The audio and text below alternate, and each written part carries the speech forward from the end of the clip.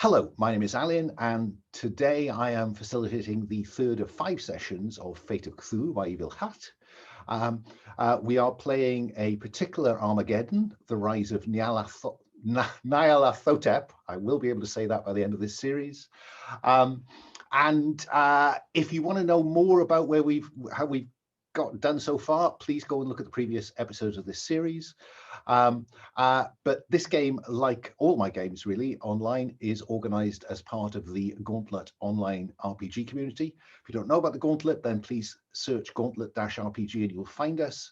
And if you want to hear a little bit more about us, please check out the intros to the previous sessions. But technically, I suppose this could count as part of this year's GauntletCon, because GauntletCon started today.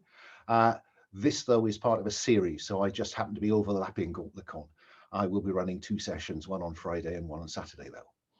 As I say, my name is Alan. My pronouns are he, him, and I think there's nothing to do but say we are playing with safety tools and the players know all about those. If we're really lucky, you won't even see them work. They'll just be seamless in the background, keeping us all safe at the table. But let me ask the players to introduce themselves, I think probably in reverse character keeper order. So, Callum, say hello and tell us something about Illtyd Aderyn McFee. Hello, I'm Callum, pronouns he, him. I'm playing Illtyd Aderyn McFee. He's a proud fisherman, a crab fisherman, and since he's lost his son at sea during some events we need to still shed light upon, he's been looking after him and has run into this bunch of weird people who are looking for weird things. He doesn't understand everything that is going on, but he will definitely find his son, and maybe in the process will become the father figure of other characters. So yeah, we'll see. The aspect that I think really sums McFee up is I have no idea how much I don't know. This is a man thrown into the deep end of the resistance attempts to stop the takeover of the world and the destruction of humanity. Absolutely, with no preparation to speak of. Okay, moving on. Bodhi, say hello and tell us about Professor Avery Quinn. So I'm Bodhi, pronouns they, them, playing Professor Avery Quinn, also pronouns they, them. And Avery is an insatiably curious professor of occult sciences who was sent back 8 years into the past, the only member of the team to successfully make it back, and to stop the apocalypse. But Avery kind of more wants to study the apocalypse. Kind of stopping it's kind of secondary for her. For them, it turns out it's like last time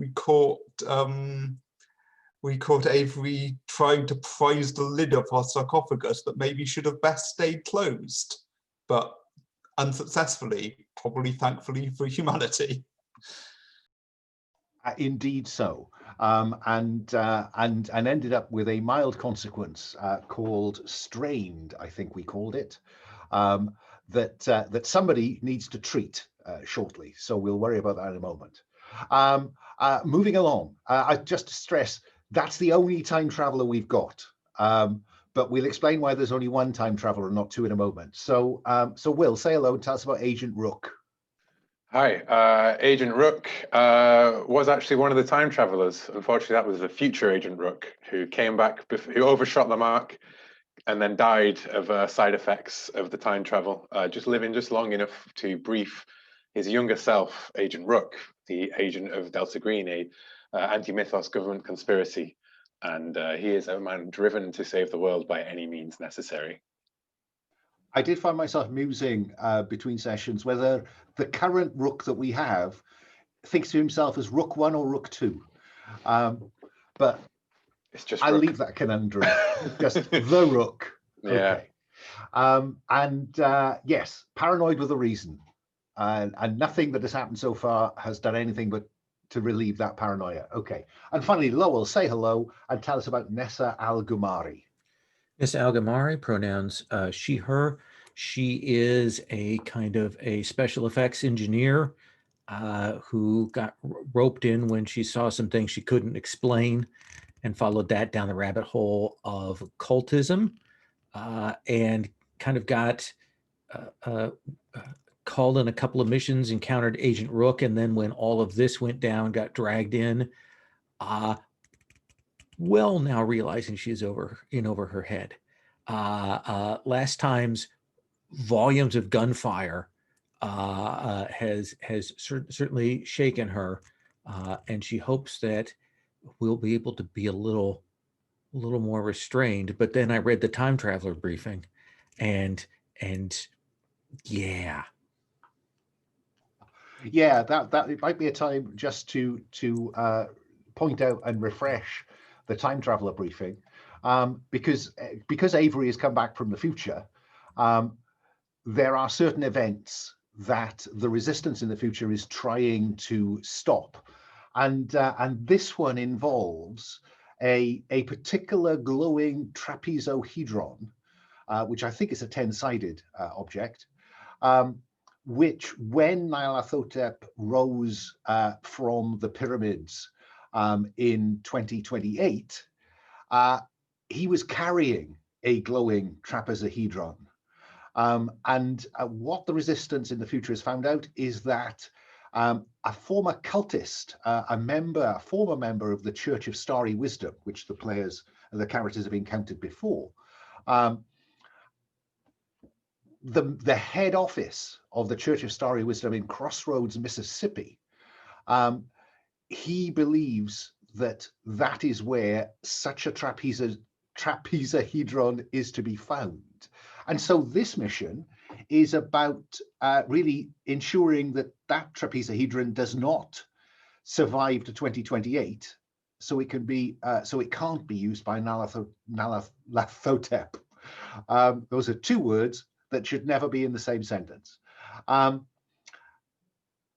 The only report you have is that this trapezohedron, glowing trapezohedron, is held in the safe in the office of the head of the Church of Starry Wisdom, the Right Reverend Leroy Anderson. I'm going to assume that the characters have done some background checking on the compound.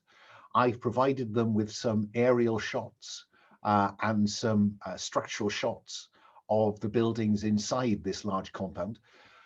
The compound is very large. It actually houses a farm as well as the church buildings. There are several hundred people on site. Though behind me, you can see the kind of almost ceremonial front gate.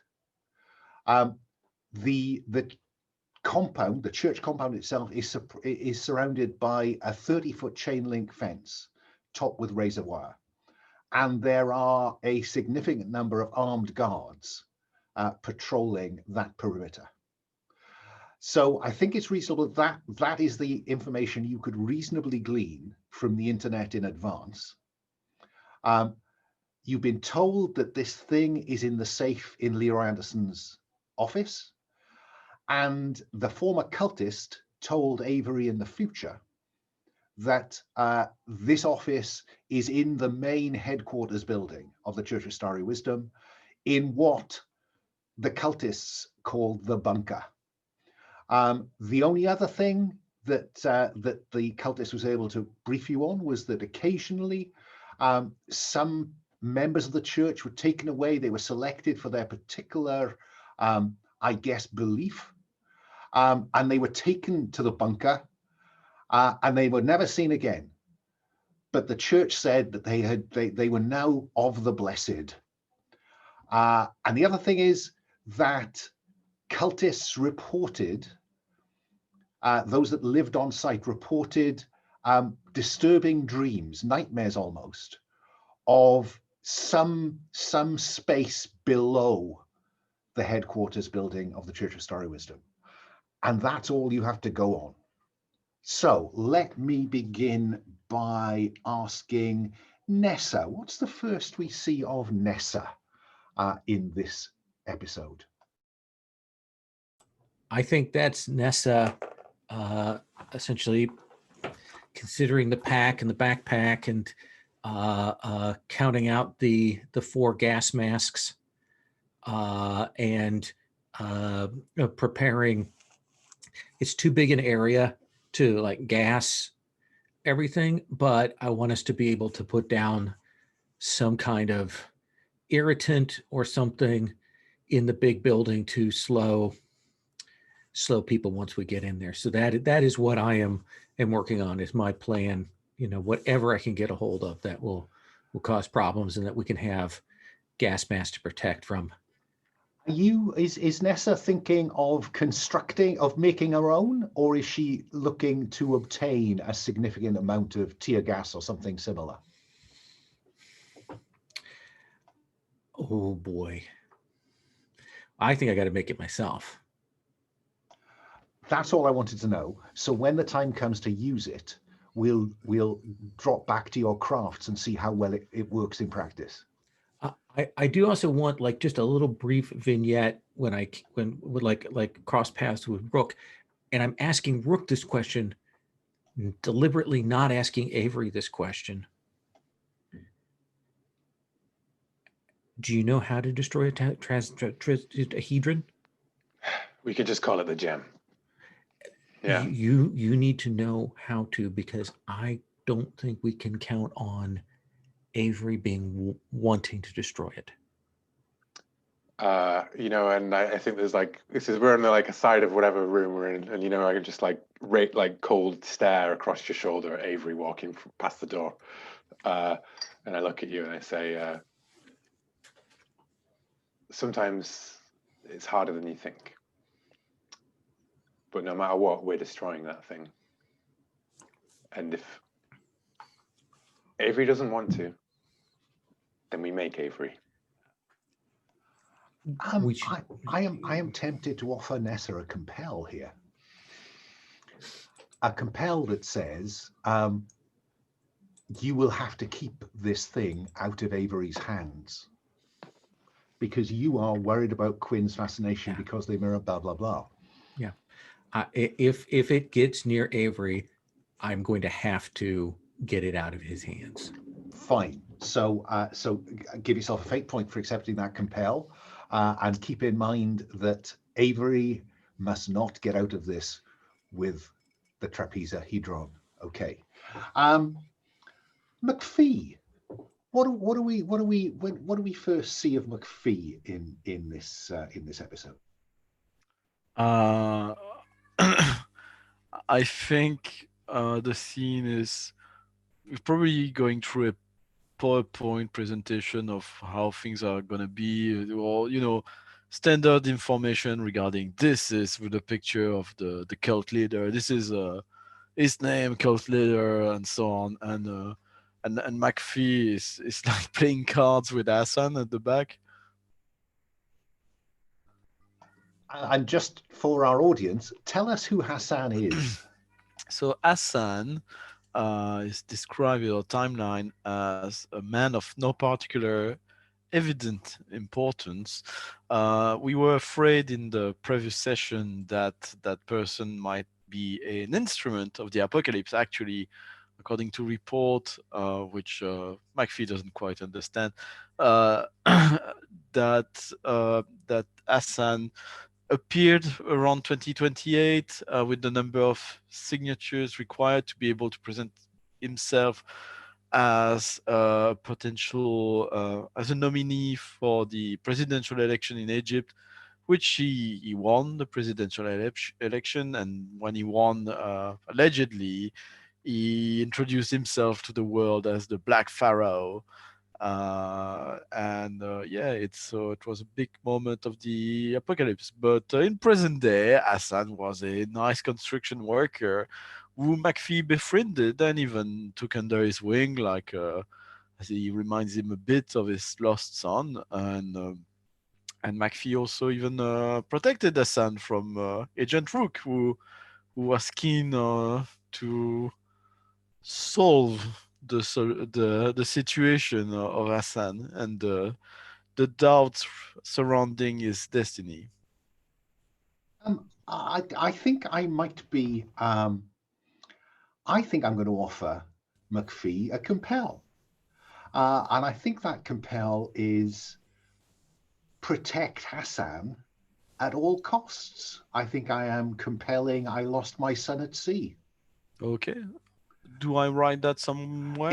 If you make a note of that, just Okay. as a kind of a key to role play, and if you are faced with a decision that involves Hasan or the mission, what I'm putting to you is that Hasan is the one who wins.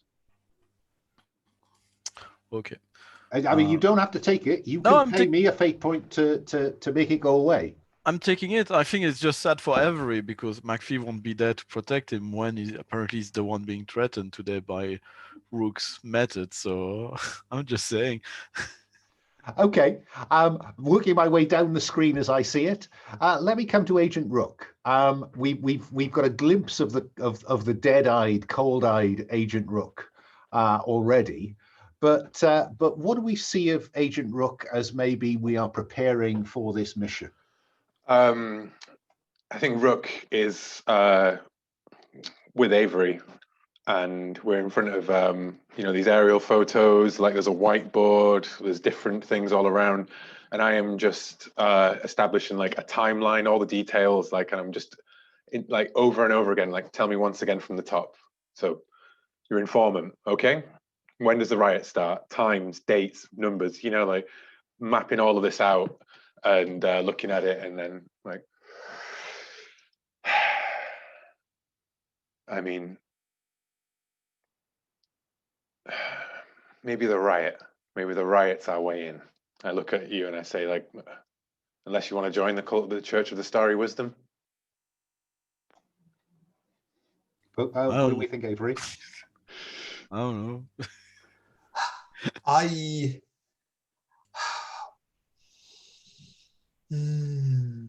I'm tempted, but I don't say that out loud.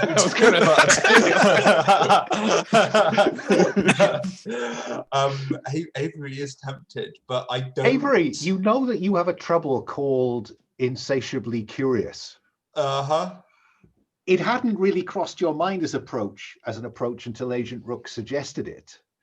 But actually, having someone on the inside might not be a bad idea.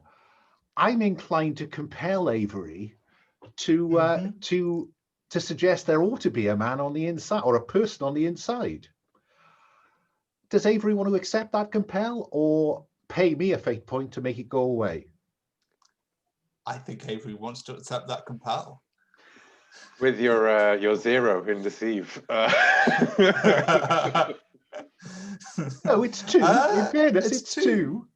I'm looking one column over. Sorry. Yeah, it's McFee that might struggle to carry that off. Though McFee has a new stunt that allows him to find stuff out from. Because I'm disarmingly naive, I get +2 to use rapport to overcome when obtaining minor details of their master's plans from the mortal pawns of the great old ones, when I can spend some time with them. Just saying. So Avery, it looks like before I leave Agent Rook, that sounded like you were creating an advantage to cash in later around planning, Agent Rook. Is that? Yeah, that could be right. Yeah. What I'm not sure is which skill you want to apply.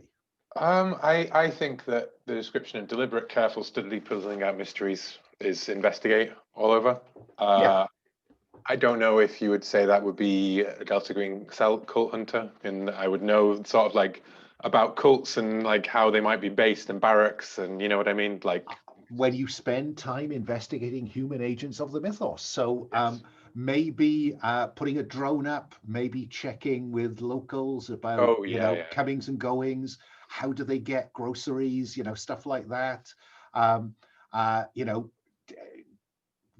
do the buses that deliver people to the church services at the weekends? Yeah, I think I'm all of that stuff. using all of that to sort of like take the timeline that Quinn's given me from the future briefing, and that we've established, and I'm like working out kind of like how long would a vehicle take to get from there to there, the guards, routes, blah blah blah. Like everything that I can do. So I think create advantage with investigating. I think that that stunt does apply. Yep. So that's it. Difficulty, I think, is probably, I'm going to make it quite high because this is quite a secretive cult. Yes. So I think I'm going to make the difficulty 4. 4, okay. And I got, it's difficulty 4. That's a -1. I'm on 2 versus 4. I will invoke an aspect, I suppose. Let me just have a quick look at the timeline aspect. I mean, the Church of the Starry Wisdom is powerful and growing, always seems to. I think that means that they're not as secretive as they used to be. Yeah. So I'm very happy for you to spend a fate point, and of course that marks a resistance success. Nice. And I guess what would that advantage aspect be? I suppose. Well, I think we just go with the very, very, very vague, really, that you've created an advantage called careful planning. Or because I'm rewatching Battlestar Galactica at a moment, they have a plan. We have a plan. I like that one. We have a plan. It's a plan informed by the future, even. So. Indeed. So, Avery, given that you have you've accepted the compel on you are to be the person on the inside, what do we see Avery doing?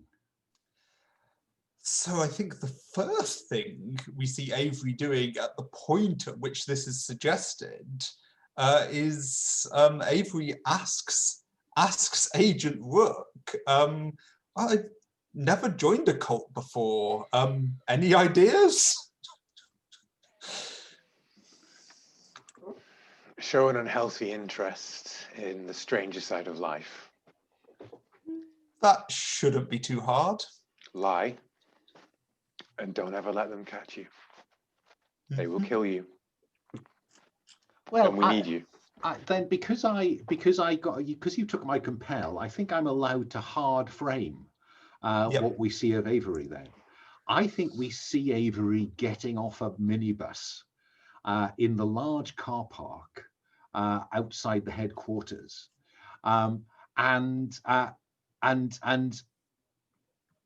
with some perhaps reasonable credentials suggesting that they have shown an interest in the church in some large city in the US, and being led into the large headquarters building in order to, I guess, have a kind of induction process as part of your 2 weeks on-site induction before you are, sent back out into the world as a missionary for the cult, the Church of Starry Wisdom. Does that seem reasonable? Mm-hmm. Yep. So you go through the big gates, you see the armed guards. They look pretty professional, it must be said, Avery. I'm assuming that you have your smartphone with you and you will use this to communicate with the team outside. Yep. And inside, though the outside looks a little bit like a kind of southern plantation building with columns and that kind of white pitched roof stuff. Inside, it has every appearance of a very slick corporate operation. So you're met in a large atrium by someone who calls herself Joanne. And Joanne gives you a brief tour of the headquarters building on 2 floors, large atrium, very nice kind of glass balustrades around the upper level. And then you're taken into a kind of small cinema where the first stage of your induction bracket indoctrination begins. So Avery, what worries you most as you're going through this initial step of induction? I think what worries me most, if you're okay with this, is that the bugging equipment that Agent Rook has helped me secrete inside the lining of my suitcase will be discovered. Well, it seems very reasonable, doesn't it? As they take your baggage away to the dormitories where you'll be staying while you're here, it doesn't seem unreasonable for there to be a chance that they find it. So I wonder. I think that probably is deceive. Mm-hmm. Yeah, I don't think that searching everyone's bags is routine. So I'm going to say the difficulty for this is just 2.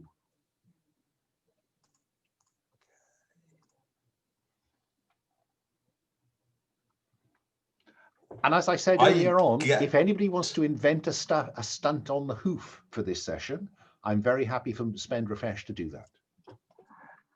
I get a 2 in total with my deceive of 2, and ooh. So that is succeed at a minor cost. Yes, I'm trying to think. I don't think there's anything I can easily invoke to do. Oh, can I? No, that doesn't work. No, success is a minor cost. Let's go for that. Okay, I think the minor cost is that while they don't search your bag, your behavior when they tell you you're going to have to give them their bag means that there is they are suspicious. Suspicious of Avery. As long as you don't do anything to trigger that in the short term, that boost will go away quite quickly because it won't sit there long term. Okay, so let's go back round then to the 3 of the rest of you. You know Avery's on the inside. You probably get a surreptitious message on your secure WhatsApp group saying, I'm in. Nessa. I think the next most important thing is we have the info dump from Avery that Rook has. I want to combine that with whatever purchasing records we can find out, because I want to create an advantage based on knowing what the safe is. Basically, I need to know what kind of safe it is to create an advantage so that when we go in to burgle it, I can do it quickly. Okay. So you want to know what kind of safe did the Right Reverend Leroy Anderson buy? Yeah, and combine that with the description that we've got from Avery and then from the survivor, and combining all of those factors together to narrow it down. Okay. And are you going to use investigate for that, or are you going to spend to find that out? Or let's say investigate, and I think that I'm going to actually spend a fate point to invoke the Starry Wisdom aspect, because they've been spending money and getting stuff, and there's a certain point at which they're doing so many operations they can't conceal everything that they're doing. Fine. So I think then difficulty is probably, I think difficulty is going to be 3. Okay. I'll give you 3. So I'm going to roll those dice. So 1. That is a 1 plus 4 is a 5. 5 against 3 is success. So you create an advantage of I know that's safe. Okay.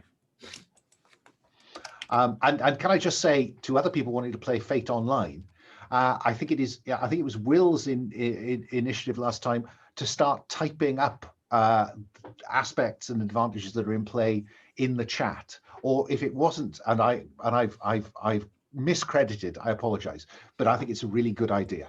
I said it, and then Will actually did it. Oh, that's why have a dog and bark yourself? So fine. So we have all kinds of advantages stocking up here. McFee, what do we see of you in preparing for this mission? Wow. I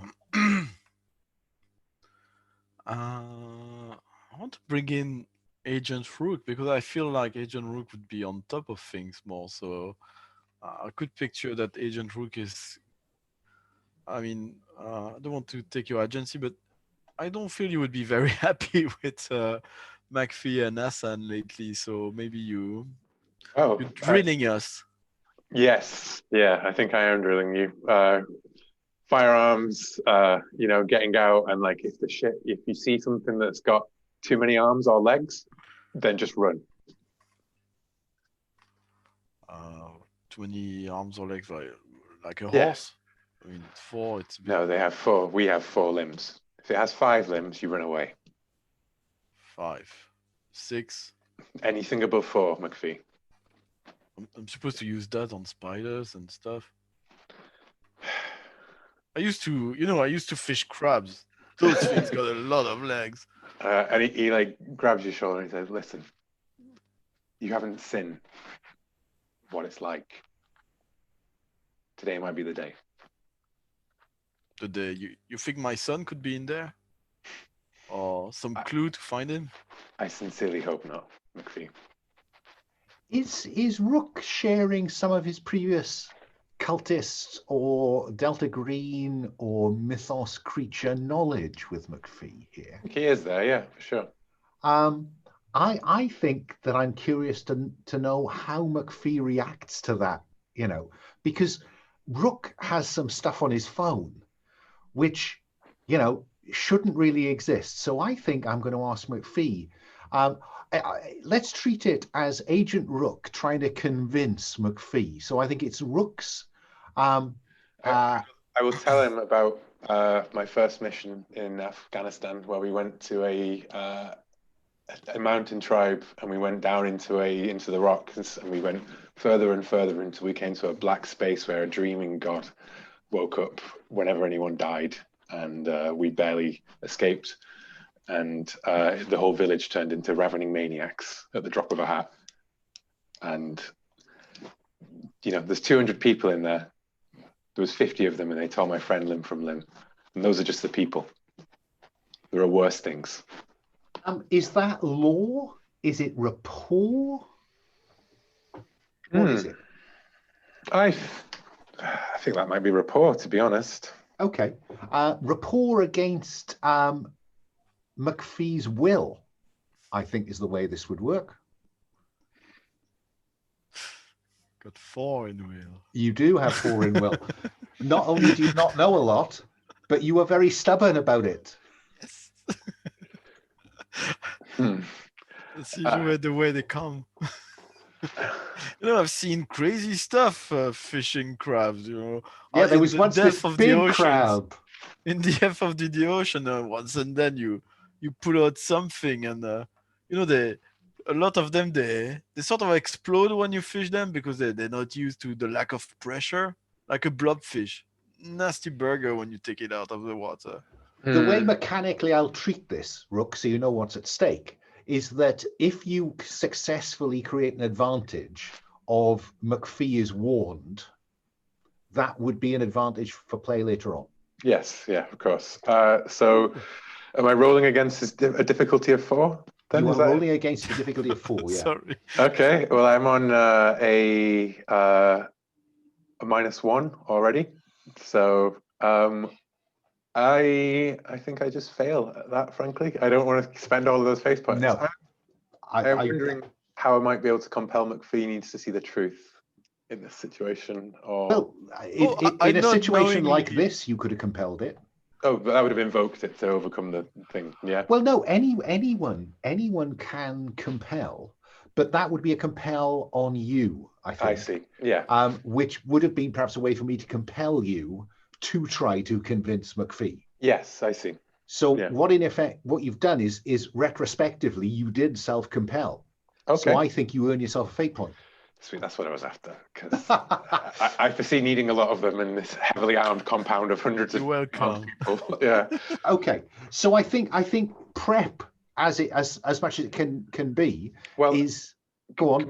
Can we have a very quick meta conversation about We can. just the overall? Because I do see the difficulty is that we have hundreds of people, big thing, all going to stick out like sore thumbs.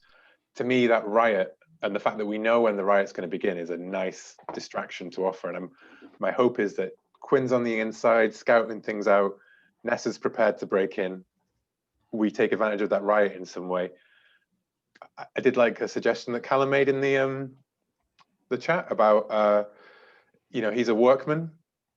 And so it's like kind of, there's a bit of the wall that needs repairing or a generator or something, that like we know from our whatever, and we sneak him in and we kind of like do the stealth ninja coming in on the truck somewhere in like a hidden compartment or something, Okay. And then we can, that aspect that I've got for the planning thing could be used in many ways, but perhaps we can use it as and now we know, this is when the riot kicks off and we can sneak our way through, You can use that planning whenever you like. Yeah. In order to keep the plan rolling.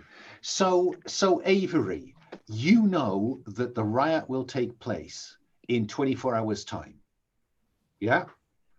So we'll get a bit of momentum going, all you hanging about in there for days. So what, if any, preparations is Avery making? As you finished your first day of induction and indoctrination, your Joanne, who is your mentor for the week or so you're going to spend here, she takes you and the other 6 people to the dormitory that you'll be sharing. And the conversation is kind of, wow, that was amazing. Did you see all the good work they do around the world? I knew this was going to be great, but it's going to be even greater than I thought it was going to be. So Avery, what do we see? What do you want to be doing in order to prepare for 0 hour? First of all, when I've been moving around between places, I'm looking at things carefully and trying to notice any discrepancies. That's the particular thing I'm trying to notice, is like things that are different from how I was briefed or things that are different from the intelligence that Agent Rook has conveyed to me. Okay. So, for instance, could you spot the cultist who briefed you in the future? Yeah, I think that would the cultist who briefed me in the future have joined before 2020? Because they were part of the riot that you were going to use. I only skim read the time traveler briefings because I forgot about it, I'm afraid. But it's okay, you know it all. I think what I wanted to ask was, is that person an instigator of the riot, or are they just part of it? I don't think that came up. I think the cultist, the cultist, the informer that you ended up, who survived the apocalypse and was able to tell you about this or tell the resistance about it, just talked about there was a riot because people wanted to be able to go into town and weren't allowed to. Yeah, but you remember because you saw the file, so you've got a picture of what he looked like in 2028. So there's a decent chance that you could perhaps recognize him now.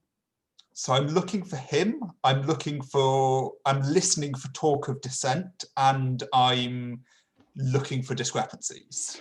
And I suppose what makes this a not impossible task is that halfway through that dinner that night, you will have had a little kind of a buffet, just the 6 of you, to get to know one another on the day. But that night, there is a full dinner. Everybody eats in the same large canteen. And though it's not kind of everyone sits down at 7 o'clock, you can loiter long enough to see an awful lot of these 200 people cycle through the cafeteria. Yeah. So I think that is notice. Yep. And I think the difficulty is probably 3. Okay.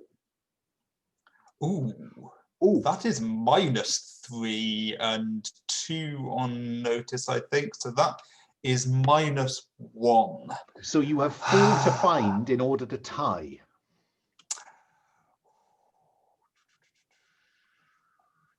Can I invoke? I think I do want to tie because this seems quite important.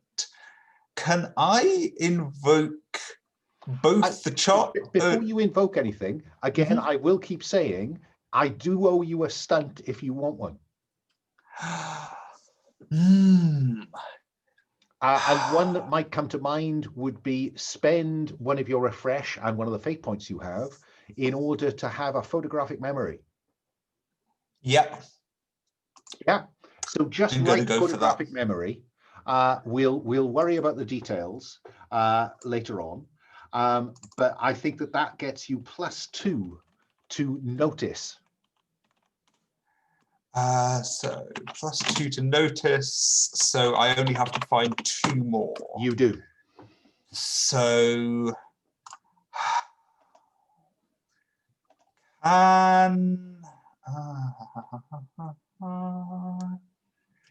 can I invoke the Church of Starry Wisdom is powerful and growing in a particular way, which is that the canteen is quite crowded. There's not really enough room. People are squished quite close together, which makes it easier to overhear other people's conversations. I'm going to go with that. I think it's pretty sketchy, but I'll give you a resistant success, and I'll go with that. So that gets you to tie. So with tie, succeed at a minor cost, such as a boost to the opposition, and say what you do next. So you spot him across the other side of the cafeteria.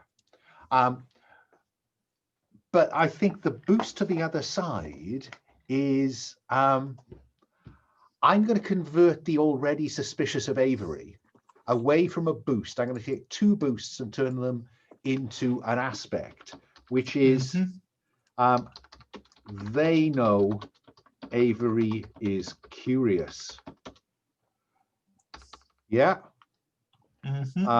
So you spot him. Let's call him Giancarlo.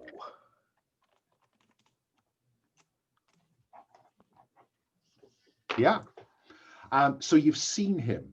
What do you want to do with this information, Avery? I think I do the cliched thing, which is accidentally walk over the other side of the room, accidentally trip and spill something on him. An act of complete genius.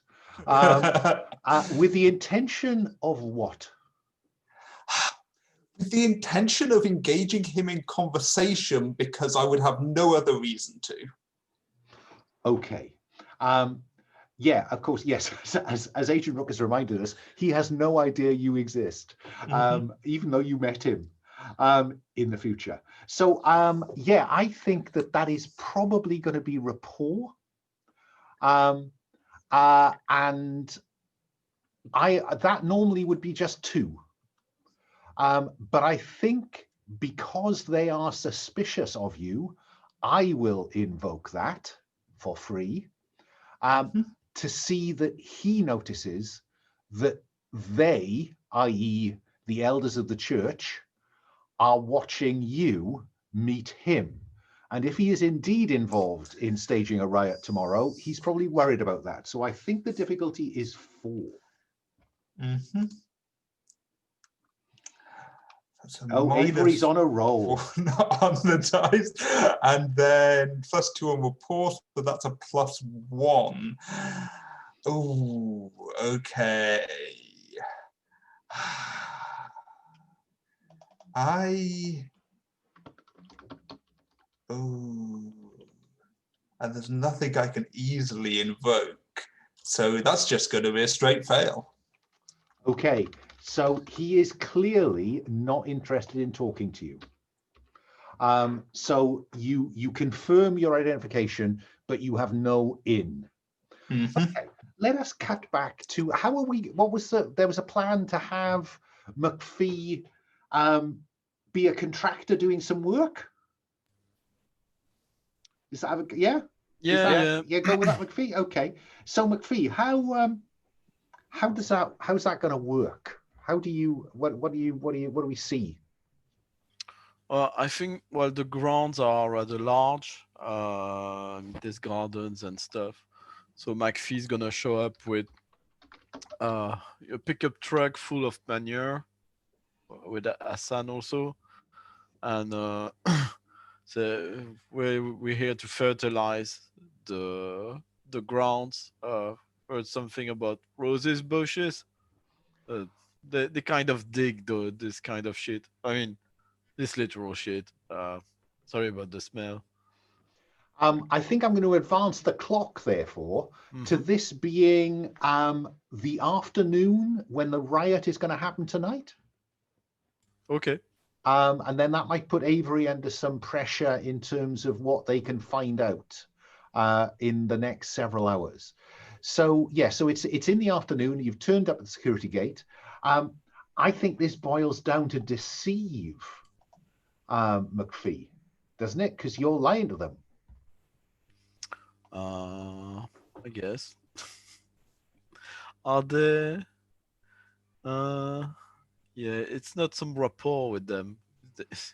I don't think so. I think if you meet them in a bar, it might be a rapport. But when they're on duty, these guys in black riot armor. Okay, let's roll that then. Deceive. Can I do something before? Can I just check whether first Agent Rook and then Nessa, whether you can think of any advantage you can have set up to help McFee out? I would say the manure smells a lot. That's an advantage. I was thinking I could possibly use my contacts to, fake up all the paperwork and the things. And, the reason that it's McFee in particular is because you need certification to come here and do this stuff. And that's why, Yeah. So this is all about, oh yeah, I know it's usually Dave, but you could, I've got a pass and everything. Okay. Yeah, I think the difficulty is going to be 3 for that. To get that sorted out with your contacts, Rook, to create the advantage. Go for it. Okay. So the red's gonna be the dark one. No, hang on. No, Rook creates the advantage. Then we'll use your see how that goes, and then move to your deceive. So what difficulty was it again? It was a difficulty of 3. 2 of 3. I'm on 6. I'm on a flat on the dice, and I'm now I got to get 3. Really? Because I'm seeing a +6 and a -2. Oh, the other way around. Okay. Yeah, the light that's dice. Fine. Yeah, then perfect. Even better. Yeah. So that's +4 on the dice, +4 contact? Yes, indeed, yeah. So success by 5. Okay, you succeed to create the advantage, and you have 2 free invokes on the paperwork. So I'll add McFee's paperwork has 2 invokes on it. Can I call it just a working Joe?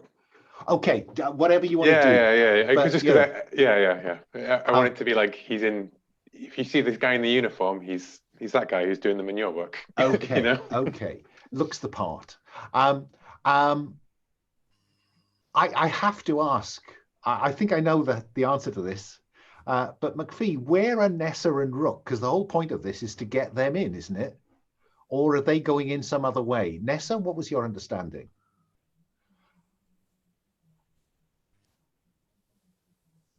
I had no understanding that I was going to be going in a truck full of manure. Okay, so what was it? What you are suggesting, Agent Rook? Because I can rig up under harnesses that are concealed for underneath the truck. And I would much rather do that than go in a pile of manure. Rook, I may have just picked You that know, up. you're Now, not mind afraid you, of, we you're can not put afraid our of the equipment, we can put our equipment, backpacks, all that stuff in the manure. That's fine with me, but I'm not climbing in that. I never thought you'd be afraid to get in the shit, Nessa. I think that's fine, and then we can put our equipment and stuff like in, cases and bags inside the manure, sort of thing. Absolutely. Okay. Can I ask a question? So, like, I have the stunt. I can use context or sort of resources to get equipment or cooperation, right? One of the things I'm struggling with is the fact that, I can only really see me using that in a flashback for equipment, for some of the stuff that's involved here, Would that be okay if I'm like, we've brought C4 and I roll that kind of thing to see? Cool. I just wanted to double check before I was like, okay, I think that's very reasonable. Think about what I need to gain. That, I think, was what was mostly in my mind when you thought about it. Perfect. Thank you. Yeah. So Nessa, I think that probably create the advantage, well-hidden equipment is what we're talking about here, isn't it? With your these harnesses and, boxes and stuff. So I'm thinking crafts, but I don't know. What do you think? I like crafts. I'm very big on that. Let me go ahead and make that roll. Okay, yeah, select both the dice. How do I select both? There, select both the dice. I reroll the selected dice. That's flat with a 5/5, so that's 4. Oh, I think that's success, despite the fact that they kind of check the truck with little mirrors just to check that there's no bomb underneath it. They don't spot you. So I will create the example, well-hidden equipment times 1 invoke. Okay. And I think probably as we see McFee showing his credentials and the just gates smeared with manure. My hands are dirty, so the credentials that is smeared with manure as well. And so they probably don't look too closely at them. The gates swing open, and the truck rolls forward, and we cut to a camera at road kind of curb level, just seeing Rook and Nessa underneath the truck as it rolls into the church. Can I add a little detail? So as the truck progresses, and within this shot you see, it's kind of a ranch, southern US. So there's probably a lot of horses. So actually, when McFee pushes the gas on the truck, he rolls over some horse manure which was on the ground, and a lot of it is, I think it's called mudding in the US. So there's quite a bit of it which is projected on the undercroft of the truck, as you would expect. This is why I have magician boxes. We're not hanging on the underside of this, but I do think that whatever like screen I have to look out is probably splattered with muck and mud, and I'm kind of like, oh, crawl in the manure. Rook just sniggers next to him. And that would seem to me to be the logical point for our first commercial break. I'm not going to stop recording because I have no track record of starting it again. So you can stop. We'll remind you. No. Okay, if you promise, I will pause the recording. Okay, we're back from our break. So I think we have the setup. We have Avery with, maybe several hours to find something else out. We have Rook and Nessa inside the perimeter with McFee and Hasan. I love the idea that the person you rescued from the Church of Starry Wisdom last session is now in their headquarters compound. For revenge. Can I have a self-compel for this, for allowing Hasan to come back into the compound with us? And it's that I don't trust letting him out of our sight. Would that be a possibility? So which aspect are you compelling? Paranoid with a reason. Yeah, I think I'd give you that. I mean, let's be clear, that is going to limit your freedom of action. Yeah, well, I think it's a case of there is what McFee wants to do with Hasan, I am going to allow McFee to do with Hasan. You know, like, I'm not going to be like, we can't do whatever. Like, it's like his buddy's here. I'm not just going to like tie him up and leave him in a fridge somewhere, basically. Then what I'm confused about is what difficulty does paranoid with a reason cause you in this circumstance then? That we've got Hasan running around and he is a liability. Yeah, but he's already I think you should here. compel in the Yeah. moment, like if something Sure. happens. Yeah, Yeah. okay, cool. It's one of those things where I was like, oh, I could see how that could happen, but we didn't get a scene where we talked about bringing Hasan along, you know? Yeah, no, and I thought we could have spent a lot of time as we did. Yeah, well, true. Yeah. So, McFee, where do you go? Where do you drive the truck? You've got an outline of the kind of compound. So, in a very unstealthy manner, because it's a truck full of manure, I drive around the estate, and obviously you would have the rose garden very close to the office of whoever is in charge here. So Okay. I drove the truck of manure to the rose garden. Okay, so there's a large kind of car park towards the top of the picture that shows the kind of aerial view of this. And I'm going to say that bit of green space in front of that large building at the top of the picture is the Rose Garden. That is the HQ business headquarters building. And just so we are all on the same page, that I think means that the other side of this bridge, the near side of this bridge that I'm hoping you can all see, is where the Rose Garden spreads out towards us as we're looking at the main headquarters building. Yeah. Which is probably, Avery, where you continue to be going through your induction. Avery, I had something in mind for Avery.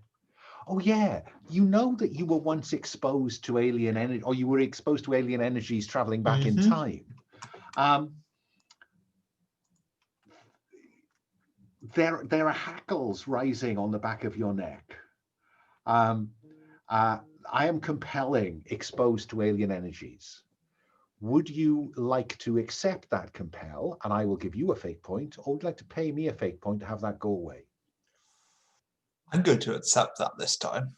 Thank you. Give yourself a fate point.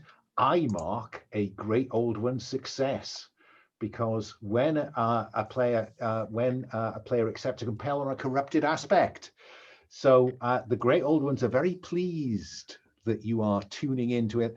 There are alien energies coming through the floor of this building. Mm-hmm. Yeah. So I'm in the headquarters building at the moment. You are, because that's where your induction lectures and stuff goes on.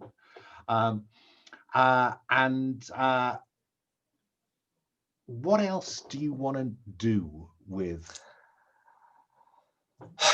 the time you have left before the riot is supposed to start? I think I want to get some audio bugs into I think into bathrooms, because that's an easy place to get some privacy to put them in, and people do tend to have unguarded conversations in bathrooms sometimes. And doing this stealthily, presumably. Yes. Yeah, well, I suppose that's stealth then, as a skill. Yep. No, go on. I'm doing this in, let's say I'm just doing this twice over the entire period. I'm doing it each time in a locked stall, so I don't know if that influences the difficulty at all. Okay. Is this inside the HQ building? Yeah. To find out what's going in there, or is it inside the dormitory building to find out if anyone's planning a riot? Ooh, I think so. Is the dormitory building, that's not just for new people, that's got other people in? Everyone. Okay. One in the dormitory building, one in HQ. Okay. then let's have, you're looking to create an advantage called some bugs. I think the difficulty of doing that in 2 locations this far apart, because they're separate buildings, I think the difficulty is 4. Doing it in 1 building will be a difficulty of 3. Ooh, do I take that? I think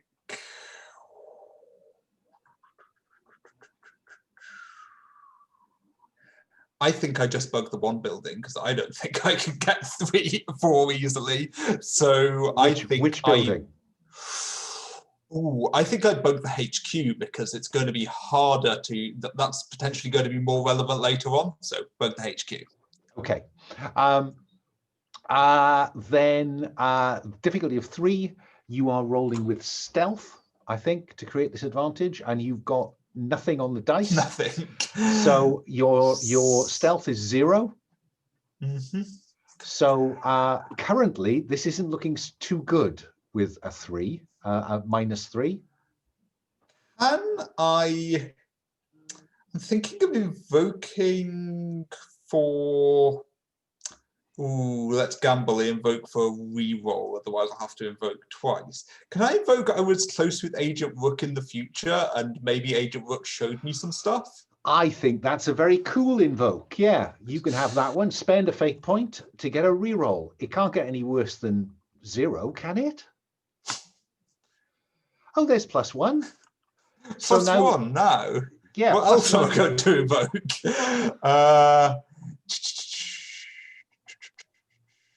Insatiably curious. What does that look like as an advantage to do this? I'm wondering if I can invoke instead Professor of Occult Sciences and experience in dealing with small fiddly electronics. Oh, all right. Yeah, spend a fate point, invoke your occult professorship to get to partially succeed. You create the aspect long enough to get a boost, after which the aspect disappears. And I think what you will pick up, I think this is an overcome. You want to know something, don't you? Are you looking for a clue, or do you just want to be able to invoke something to invoke an aspect later on? I should have asked. Ooh, let's go for an overcome because we haven't had many of those. Let's go for clue. Okay. So succeed at a minor cost. I think the minor cost is that the security apparatus here will pick up the fact that there is a bug somewhere in the building. Right? But they don't know where yet, and they don't know what anything to do with you. So I'm going to write down here, boost. They know there's a bug. And they start jamming it. So you get something, but not much. And I think what you get is somebody saying, so it's 5 p.m. for the Blessed? And somebody else saying, yeah, that's what the Reverend said. So we'll need to round them up about an hour beforehand, give them a chance to kind of just get excited about everything. And then time when I'm hearing this? That's in about 30 minutes. I think I'm relaying this information straight away. Presuming I'm the one hearing this bug, I'm relaying this information to everyone. Fine. So we have McFee and Hasan working in the Rose Garden towards the end of the working day. Soon the expectation will be that they disappear. Let's ask Rook and Nessa. Rook, I think this is probably Action Man territory, so I'm going to come to you first. Are you two staying in Nessa's carefully constructed, underbed boxes, or are you aiming to get out now?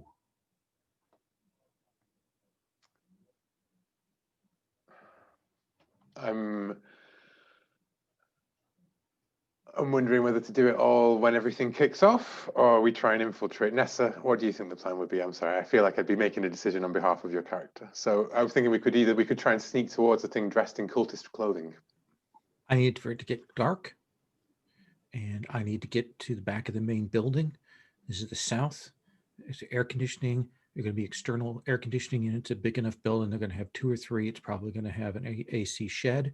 I need to get there, and I need to hook this gas up with the clicker onto the air return there. So we wait for a moment then underneath the truck. We wait. Yeah. Well, I'm happy for if McFee wants to take this risk, for us to have McFee try to get to that AC hut, because he wasn't quite certain where he was supposed to put the manure. Yeah, we would have passed that on. Yeah, to park nearby that. there is a risk in that, McFee, because you might well come across as suspicious. Okay. Yeah, so you gonna go with that? Yeah, I'm gonna go and do it. Okay, so I think this is overcome the security systems here to see whether anybody kind of gets in your way. So I think this is going to be deceive again. But of course you do have 2 free invokes on you look the part. So I think the difficulty is probably going to be 4, because they do keep an eye on people who are not part of the cult when you're on the premises. Okay. The invoke, you can use them after the roll, or You do I use them need- after if you need Okay. them. Well, we're gonna roll and find out what Mhm. happens. So the red one is the dark one. I thought well, it doesn't matter. I thought brown was negative, brighter color was positive, but they're 1 and 1, so that's 0.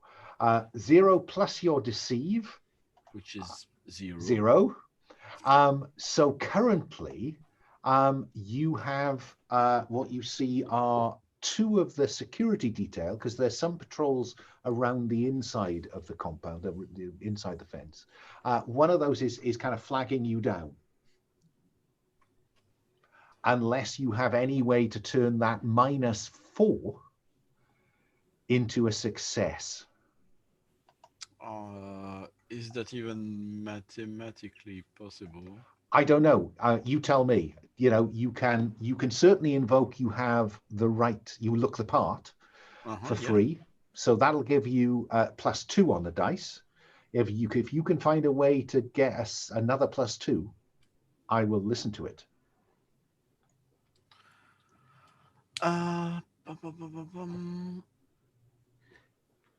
Could I, since we're like in some comms, Mhm. you know, could I like kick off like sputter and backfire from the truck to kind of, you know, make it seem even more ludicrous and bumbling to kind of cover that? I think that's a good try. I think that's crafts. I think the I- difficulty is not high. Could I do it by just invoking? I spend a fate point and invoke my engineer of tricks and You traps. certainly can. You certainly can. Then I will burn the fate point to give you a +2, Caleb. So that gets you to 0. So we're on a tie. So this puts us at succeed at a minor cost. Okay. What can I do with fate points? Invoke a stunt or?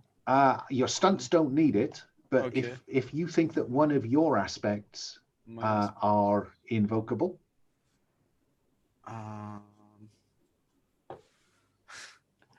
I'm struggling, to be honest. Yeah. Well, this is him working with me. He's actually got a relationship I was thinking aspect. of that. Oh, Like, just yes. like I'm nodding like she's good, just like my old wife. Yes, I'd forgotten about that one. Yeah, fine. Spend a fate point to invoke Nessa's talent with DIY. Reminds me of my old wife.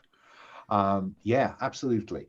And that gets you a success. So not a problem. They kind of say, okay, well, look, turn around when you get to that shed.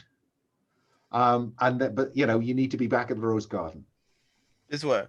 Yeah, just around the back of that shed. That's the AC head. You can turn around that. Around, okay. And as he is turning around the back, spluttering and jerking forward, what do we see at the truck, Nessa? You did the work on this one. What do we see you doing? I think that when it comes to a stop and we have a little bit of cover and that we have McFee give us the heads up, I think that's when we kind of hit the clicks and we can we just drop out and we roll and quick make our way over to the shed to get behind cover. So you and these backpacks of holding, which will have all the equipment you need in them. So we see you flattened against the back wall of this AC shed, yeah? Mm-hmm. Yeah. And then McFee, after a bit more spluttering, comes around the side, drives to the front of the rose garden, and we're sorted. Okay, so you have access to that AC shed when you need it, Nessa. You are pretty much in the open out there, though. If somebody else kind of were to come looking. Well, then we'll pop in for the moment. There's probably not much space in there, but we've been hiding under a truck for the last hour or so. Yeah. And basically, I'm going to sit and get my hookups and get that all set. And I will say, this is an irritant combined with a psychoactive. This should make people upset, antsy, angry, and ready to push that riot forward. I mean, for all we know, this may be what causes the riot. Yeah. Maybe there was never going to be a riot. I say, shut up with that time travel shit. I say that to Rook.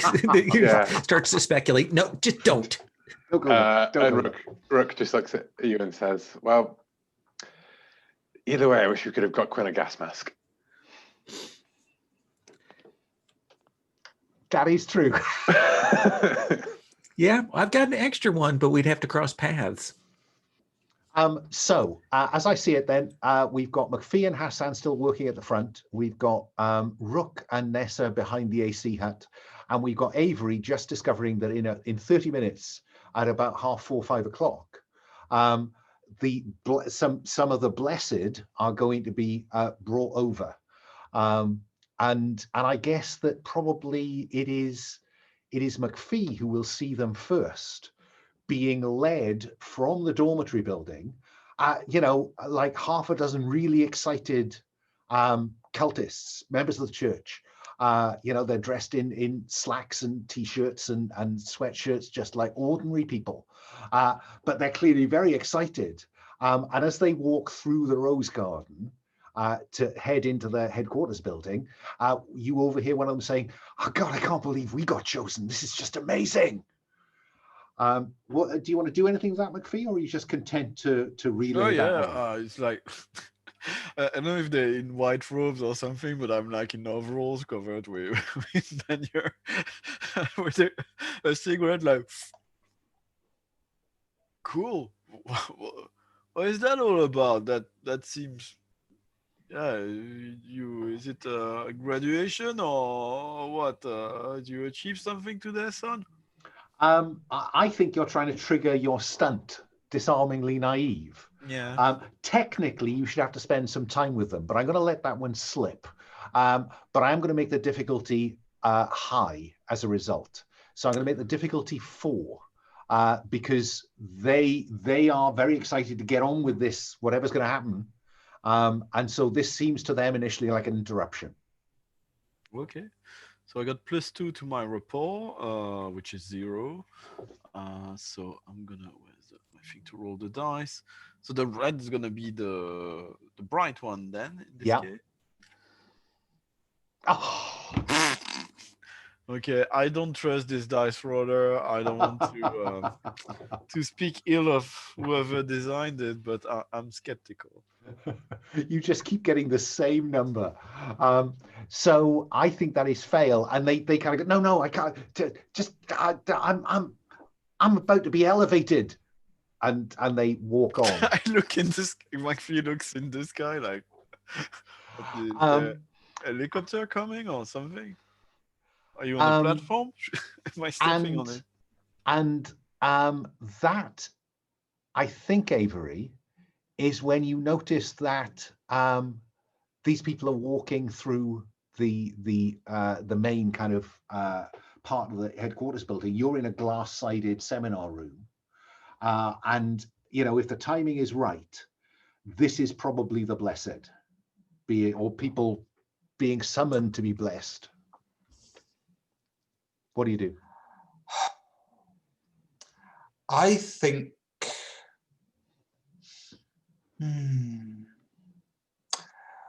Am I actually in a seminar at the moment? Am I being lectured to?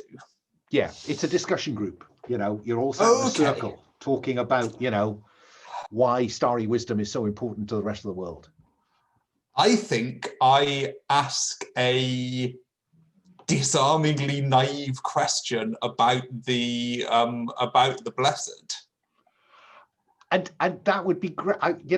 Are you telling me that you want to spend the refresh you didn't spend last week on a stunt called Disarmingly Naive?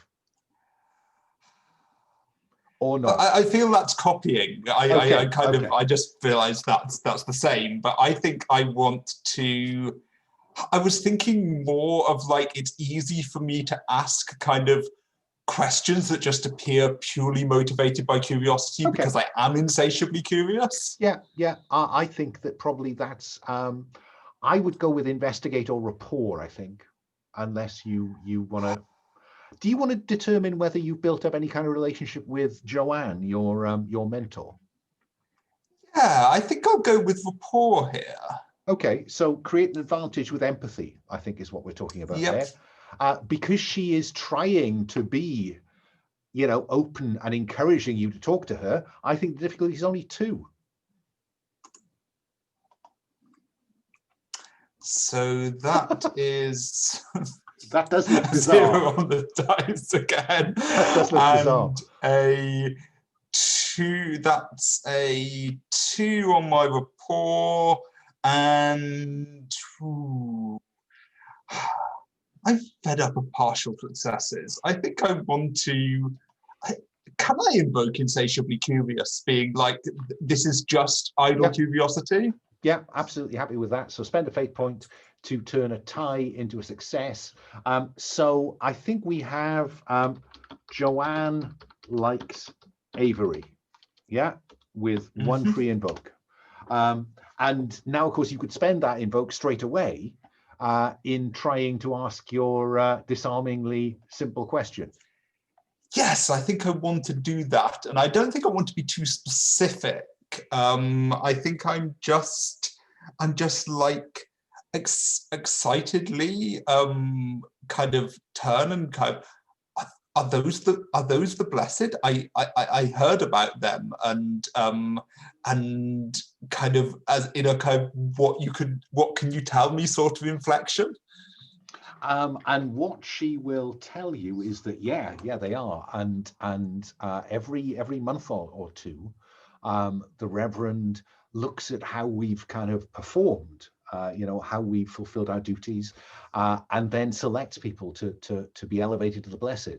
And there'll be tonight there'll be a special service that we'll all get to go to, and right now they're being briefed.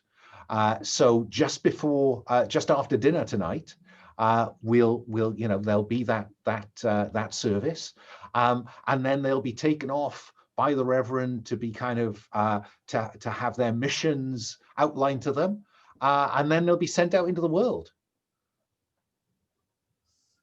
Does that seem like a fair enough answer for Yeah, absolutely. Absolutely. So what's shaping up here then? It's now 5 o'clock. In the next hour, McFee, my guess is security will be expecting that truck to leave. Nessa and Rook, it looks like there's going to be dinner at 7, service at 8. And it looks like by 8 o'clock, everyone who's anyone is going to be in the chapel, which is a separate building from the headquarters building. So let me start with McFee. McFee, what's your plan for the end of the working day? Because you've got them in here. The question is, you're just going to drive away? So what time does the the panic supposed to start? That was supposed to start between 7 and 8. Okay, so it's not too long. So I think if we can have a little flashback, I would have asked Nessa to sort of sabotage just a tiny bit the manure truck, so it doesn't start correctly, and I wave at the guard to come over and try to convince them to push the truck to have its kickstart and get into an argument with them, and try to have someone bring a car, but I point at a car, but it's a nice car of the cult leader, so they don't want to bring it, so I can use my hooks to start over a car. I don't know anything about cars, but this sort of things. So what is your objective? To still be on the site? Yeah. As long as possible? Yes. Okay. Then, okay, we'll deal with that when the time comes. I just want to make sure that I understand let me start with Agent Rook. You've now got a timeline for the evening, as far as you can tell. Mm-hmm. What's your thinking about? So everyone's going to be in the chapel for the blessing, right? 8 o'clock. The chapel is not the same building as the HQ. It is not. It is where was the strange stuff was underneath, and just the large building is the chapel is that large building off that kind of rotunda, that round area inside the gates. Yeah. Yes. And that's where we think the safe is as well, isn't it? That is where you believe the safe is. Yeah. And right. The office. Blah blah blah. Yeah. I think the riot is going to take place. So everyone's going to be in the chapel for the blessing, right? And that's where the blessing is going to take place. I'm sorry, I misled you there. I've just checked my briefing, and his office is his office is in what the ex-cultists described as the bunker beneath the main building. So it's below the HQ building, not below the chapel. I see. Right. The riot's going to break out after the blessing. The blessing is our time to go and try and break into the HQ, pump the gas in, and break the safe. Does that sound about right? But there's also something in the storm cellar beneath the chapel? Yes. Okay. Yes. Which could be what we're looking for. It could be a monster, like, who knows? Well, I can take care of the HQ/safe part of things if you can figure out what's up with the bunker. Sounds like a plan. Yeah. And I'll hook up with McFee on, the plan is that I hook up with McFee on the way, and the riot takes place, I think during the blessing, because it makes sense to me that, we just described that the people who are blessed get to go out, right? Which seems like the natural trigger for that whole thing. So yeah, does that make sense to everyone? Yeah. Okay, Avery, the clock is ticking to H hour.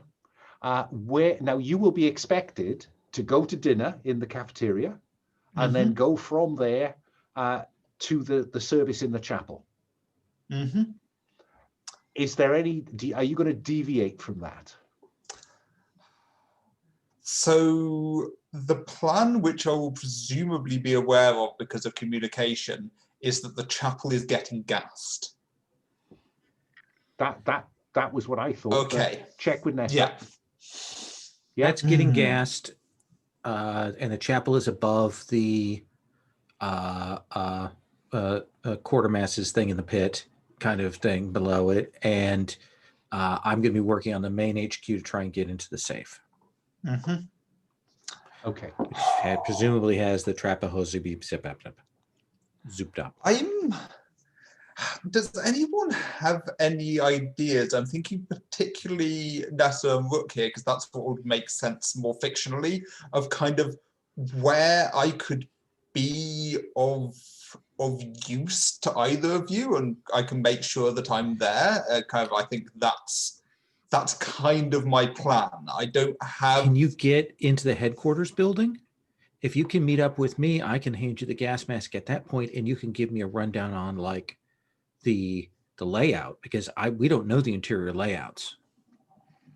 And I do think that you are the most qualified, despite our earlier conversation between me and Nessa, you are the closest thing we have to identifying that this is the real deal, Yeah. or whatever we find is actually what we're break looking it. for. I don't care if it's real or not. I just remember spending all of last session trying to work out whether Hasan was actually anything of significance. And then you end up playing cards with him. I'm wondering. I'm struggling for excuses to end up in HQ, and I'm wondering whether I'm going to pull another cliche here and fake or induce illness in order to. Is there an infirmary in HQ? I think it's far more likely that any medical facilities are attached to the dormitories, I'm afraid. Okay. That just seems the most logical place for them. How do I get to HQ? Joanne likes Avery. Is that still an aspect, or is that gone? That's an aspect. I can invoke that for a fate point. Yeah, I'm just thinking, we could, some sort of like request praying the place, or like whatever reason any reason that you might have to be in the HQ, or not necessarily to be in the HQ, but to lie and say you'll be somewhere else. I need to go back to the dorm because I don't feel well, or I think I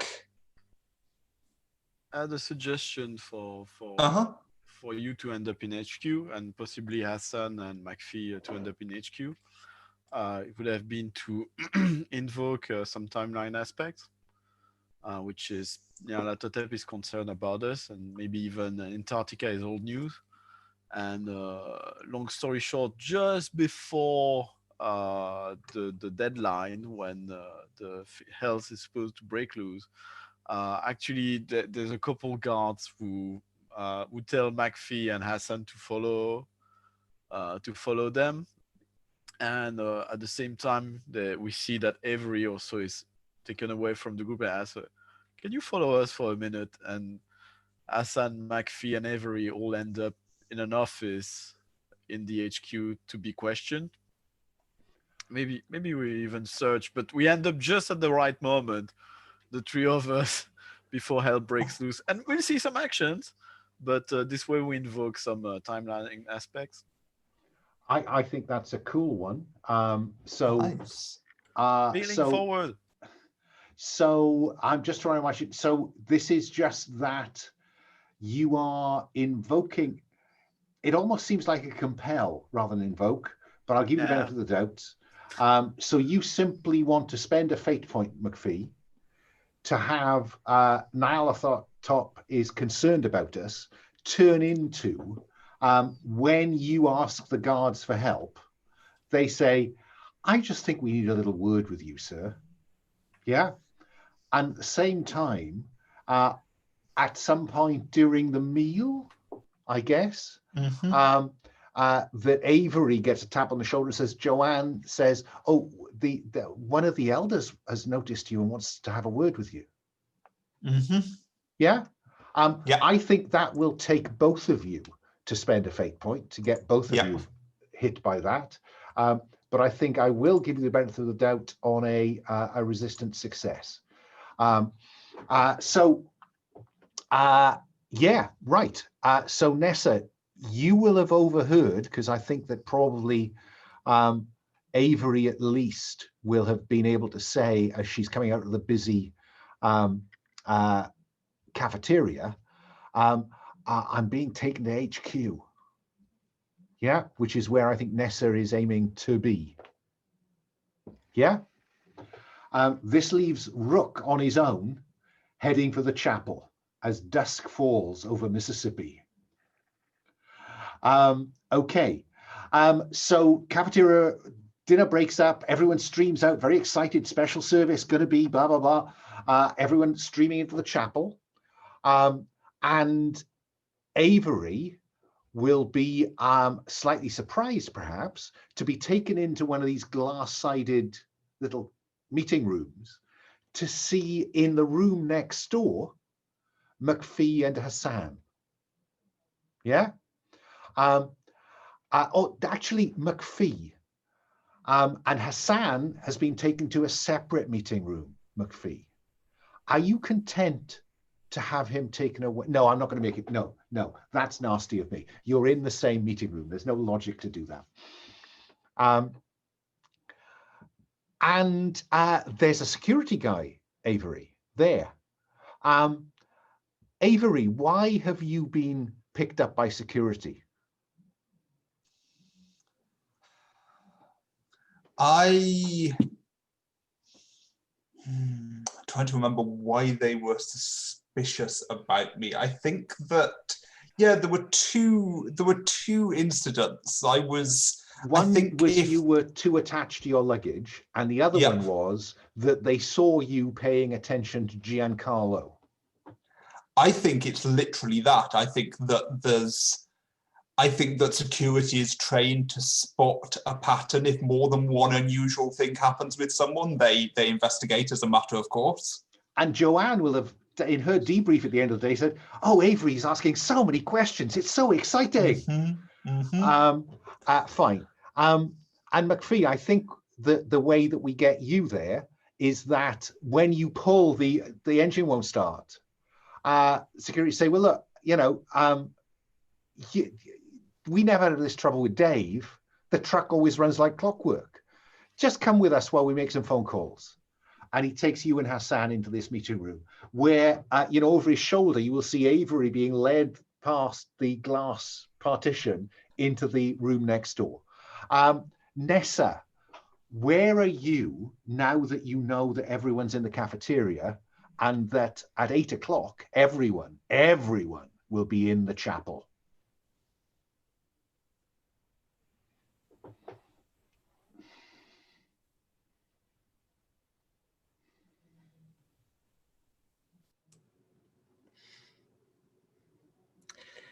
I'm going to communicate with Rook and give him an idea of the sitch as we know it. And my phone's going to ring. Hang on.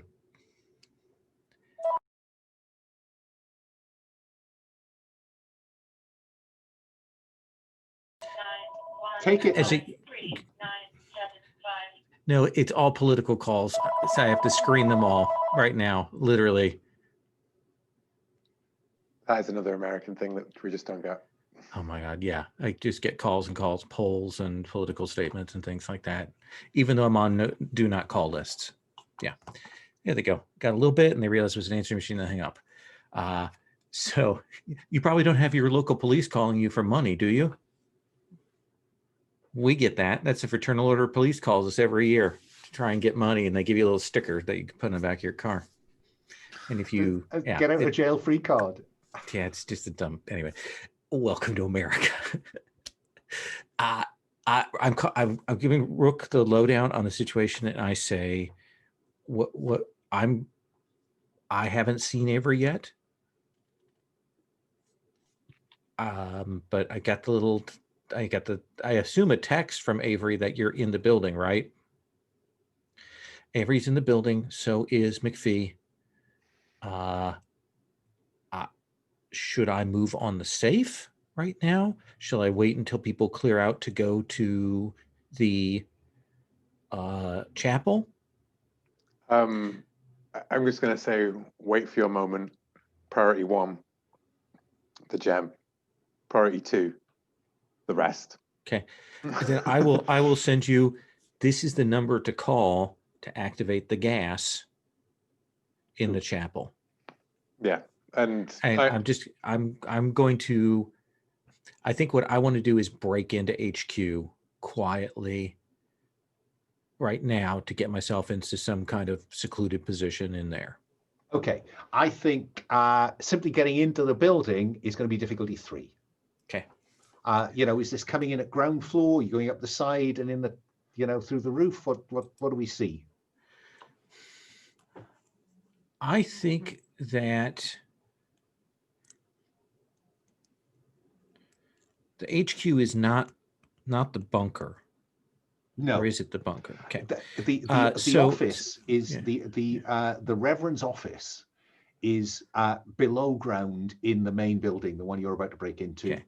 So the I blessed just are in the below the chapel. I can see if right now where the pipes go, I can probably see where the closest door. I want to get myself into the place with the electricals, any kind of, space, fuses, all of that kind of thing. I just want to make myself into that place and then lay low. Okay.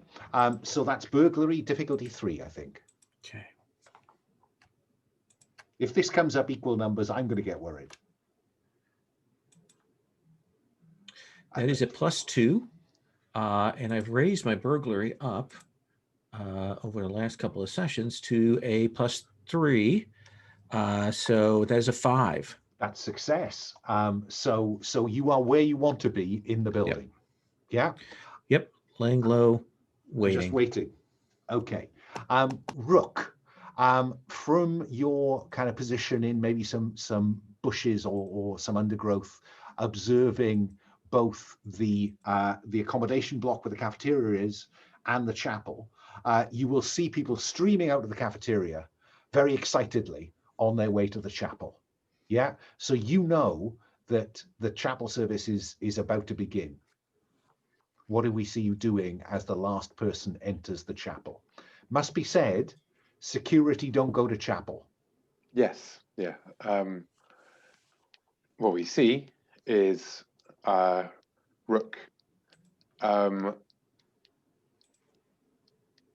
pulls out his pulls on the uniform that Hasan and Callum were wearing, so that at a glance will not look like anything other than one of the people around there.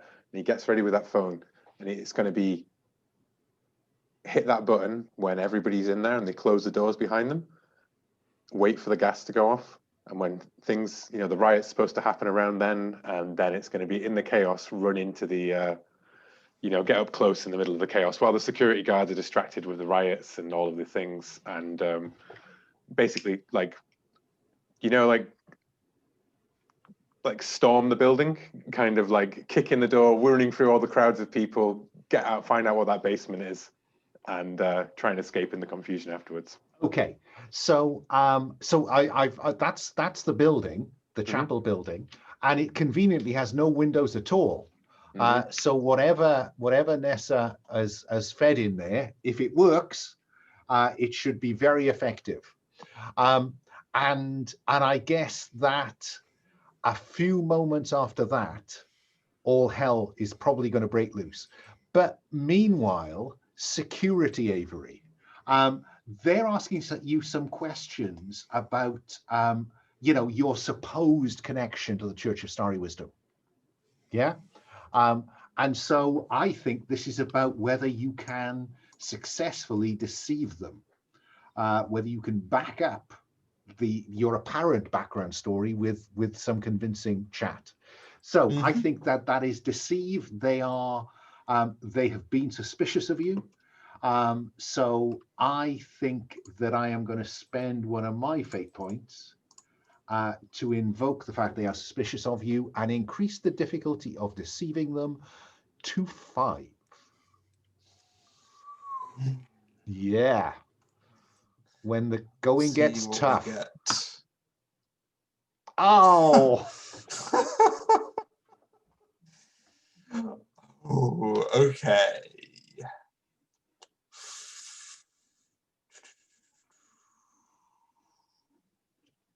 I can think of maybe a couple of invokes, but not enough. I mean, you only need one invoke to re-roll the dice. That's true. Can I invoke the Church of Starry Wisdom is powerful and growing, in that because they're growing, they're going to have less kind of tight tabs on kind of where members are feeding in from? Okay, then that will give you, spend the fate point. Oh, I noticed those fate points are going down a lot now. And you get to re-roll the dice. And if you succeed, you will mark a resistant success. Ooh, that's +3 on the 3. dice. So I just need something else I can invoke. So that you're already on 5. I mean, you know, Oh no, that's true. You're That's already true. tying. So I forgot about my. Yeah. So you're currently a succeed at a minor cost, which is I'll going to go for be that.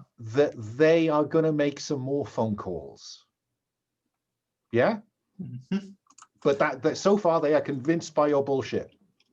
Mhm. Is that good enough, or do you want to try and push it? I'm wondering if have we still got an invoke on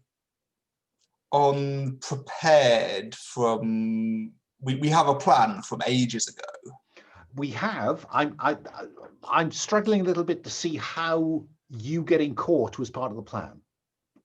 I don't think it was part of the plan. I think part of the plan was a setting up a number, like Rook setting up my backstory, if Rook's happy with this, sufficiently so that there's a number to call, so that the phone calls that they can make have some backup. What I would suggest is that you don't spend that until they start making some calls. Right now, they just are saying, okay, you stay here.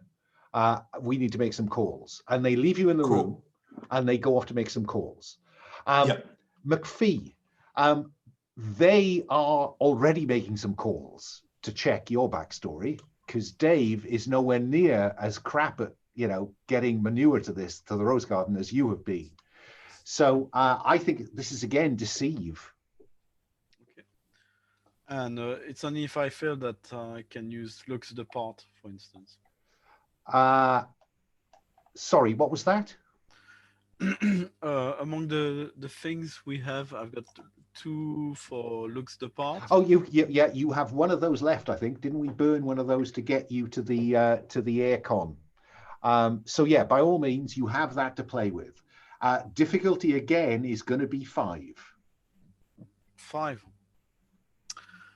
How late is it in game? Now it is getting on for 8 o'clock at night, because this is when the church service happens. And that's when it happens. That's when they're making phone calls now. So have you got a solid enough backstory? There's 2 of them. The security guys, yeah. Yep. No, I'm gonna punch them. I wondered how far I had to push you. Okay, so this is fight, and they are security, so they've got a decent bit about them. Let's say that security has fight 3, because there's 2 of them. Okay. Each success will take one of them down, because I don't think they're expecting this. Okay. I think I looked the part of manure handling, so I've got a shovel with me, which I'm gonna use. No, I think the way to do that is that will give you the surprise. So if you need to invoke it, you can just have it on fight. So difficulty is 3. Difficulty is 3. Okay, let's roll. They're much better with their firearms. So that's -2, am I correct? It is. All right. I think Hasan is threatened. Oh no. You can simply invoke Hasan and he can help. Yeah, I would invoke He's a thing. Hasan for sure. Yeah, so spend a fate point and Hasan gives you an extra +2. Oh, so right. That is 5, that's 3. So you are currently tied. You need to get above tied to actually do some harm to them. But did I have the element of surprise? Do I need to spend now something? You could spend looks the part. Okay, I'm going to spend my last looks the part. That gives you 2. I'm going to give you I'm going to let you punch both of them down to the ground. I doubt they'll stay on the ground unless you want to spend time with them, but they are certainly just out of the scene for now. What do you do, McFee? Through the glass partition, you can see Avery kind of going.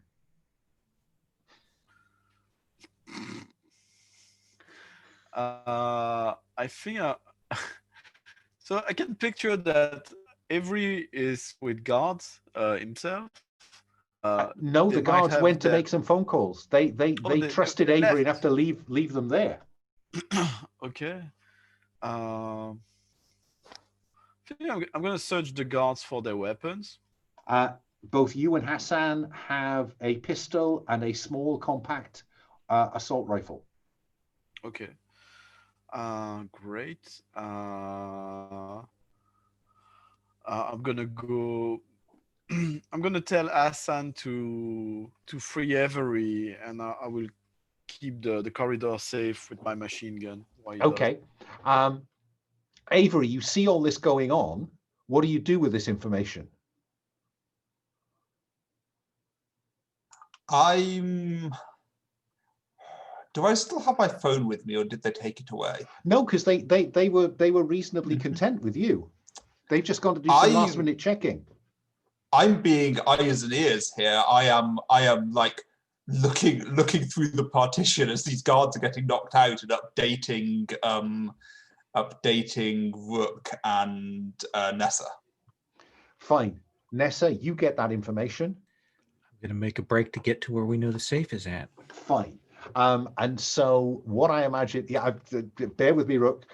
What I'm imagining as we approach our second commercial break is that Nessa emerges from the back of the building into the atrium, and there is Avery and Hasan with McFee just covering the area where those guards went across to the back of the building, where I think Avery can tell you, Nessa, that's where the main stairwell and lifts and offices are. And that is the point, Rook, at which people start streaming out, as long as the crafts roll worked. So, Nessa, was that gas any good? I think the difficulty is only going to be 3. Let's find out. Well, that's a 4. Then that people are streaming out, and chaos has erupted as you would hope, Rook. And that is the point at which we take our next commercial break. Back in our seats, but 10 past the hour. Yep. I'll see you then. 40. Okay, we're back after our final break. Everything to play for. So let me start with Rook, I think, where people are streaming out and heading for the gate. It does appear that this is the riot. Whether it's the riot that future history has or a different riot, we'll never know. But there is now wild, angry 200 or so people are streaming out of this chapel, while Rook gets in. I'm not going to waste time with stuff like physique to barge your way in.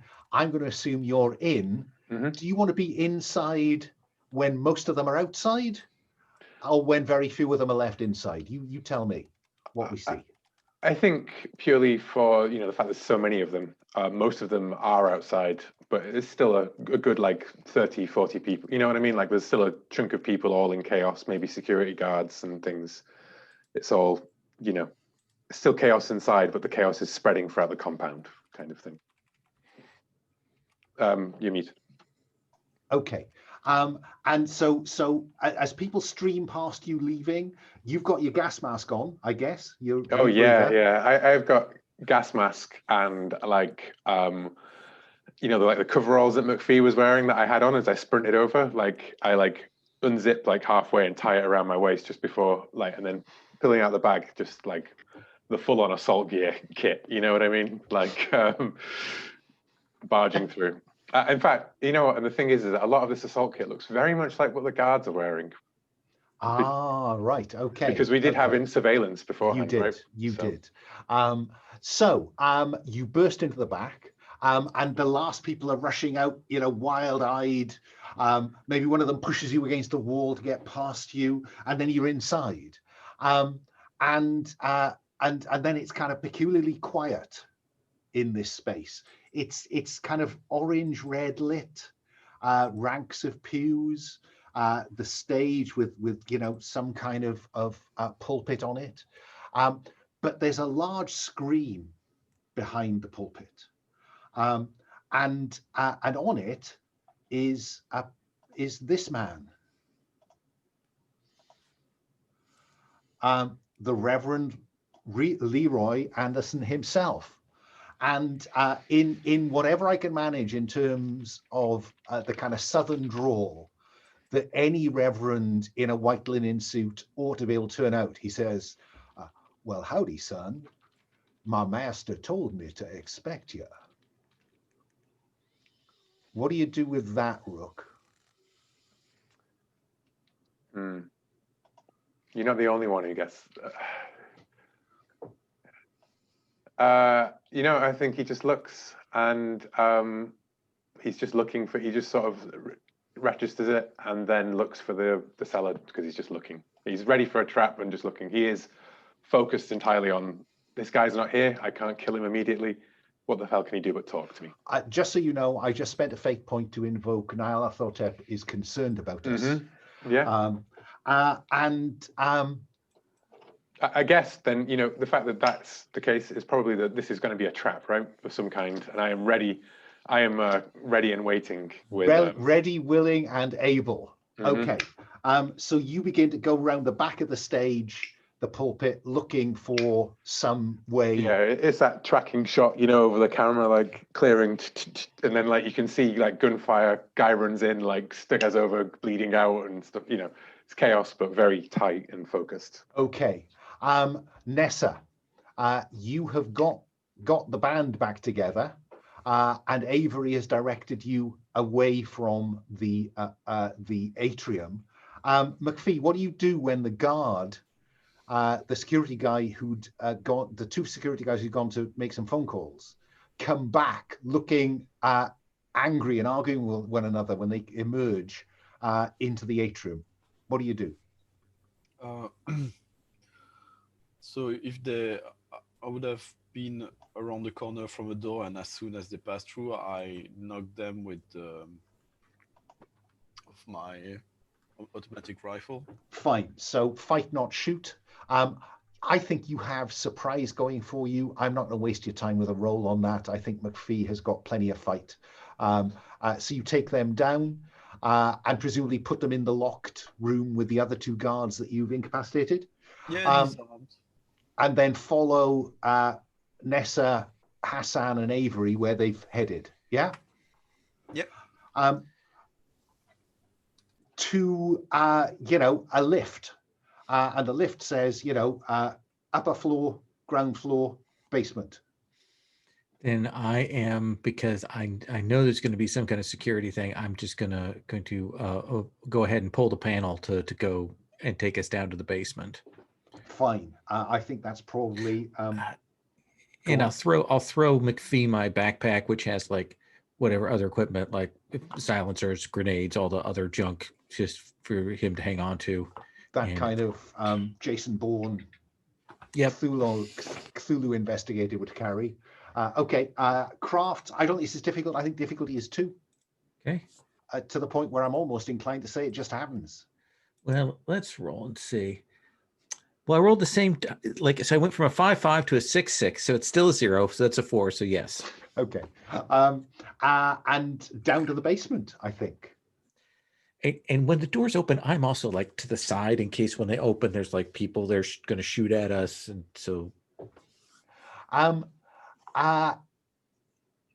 There are people, but I'll come back to that in a moment. Rook. You burst through a door at the back of the the pulpit stage, behind this big video where the Reverend seemed to be expecting you, and on the other side of the door is Hasan. What do you do? Shoot the lock. No, he's on the other side of the door. You've gone through this door. I've gone through the door. I freeze for a second. And that will give him a chance to swing at you. So roll fight or shoot. What's your preference? Can I dodge with athletics? Dodge with athletics. Yeah. So you are dodging a 2 with athletics because Okay. it looks like Hasan can't fight his way out of a paper bag.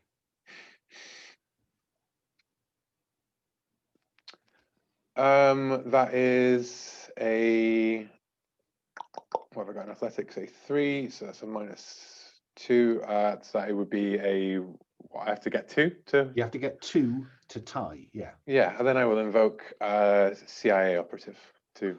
Fine. Spend the fate point to get a success. What happens is that he swings at you, and you get to do whatever extra effect you had on him. So I think you probably put him down. Mm-hmm. Yeah. Unless you're looking to kill.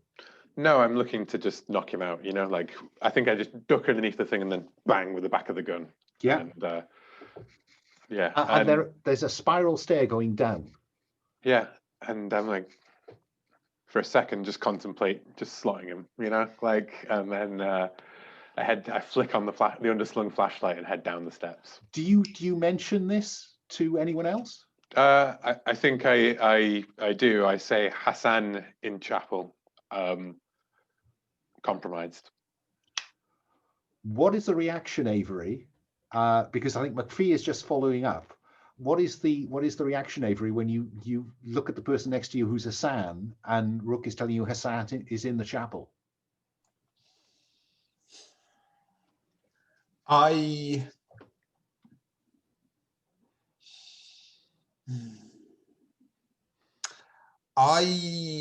try and surreptitiously signal to Nessa. Nessa's with us, right? Yes. Yeah, I try and surreptitiously signal to Nessa to check your phone, because I'm thinking I've seen this first. So I tried to signal to Nessa without Hasan seeing. Nessa? To... Oh, you are muted. I look at that and I go, hey, McFee, Hasan's been with you the whole time, right? Yeah, well, he's just there. Yeah. I write back, Hasan's been with us. Eyes on Hasan, our Hasan, who's with us all the time. You're Hasan, not Hasan. I think Rook's a few steps down the thing and then just looks and then just the gun, and he's not going to be sparing next person he sees who looks like Hasan. Okay. And so the underslung light comes on, Rook, and you're making your way down the spiral staircase down into the bowels beneath. And that's when you notice the little loudspeakers mounted along the wall, and there's his voice saying, "Oh, truly, you are blessed, my boy, to have been noticed by my lord." And you go down the bottom, and in the light, you can see a number of figures in what appears to be a concrete basement. What do you do as the light plays across them? Or do you want to look first? As a light plays across them, there's a whole bunch of them. Yeah, you know what? I would like to notice to try and like see any more pertinent details about. Oh, that's what they look like. That's what they look like when you just focus the flashlight on one of them. Cool. That's when I They look like bagfuls of flesh. It seems like stuff is moving underneath their flesh that is not just muscle. That's a pretty pertinent detail. Yes, that changes the approach entirely. I think I will. I think I will finally use because I'm in Delta Green, I can use contacts instead of resources to get equipment. If this is because what I want to have is like an underslung grenade launcher and plenty of ammunition. I'm not going to make you roll for that. You've got good contacts. Let's assume that there's an underslung grenade launcher on that automatic assault rifle. So it is just, like. Yeah. Yeah. And so I think I do want you to roll with shoot, though, just to see how well this goes. Because it can't go badly, this, can it? I mean, it's a grenade launcher.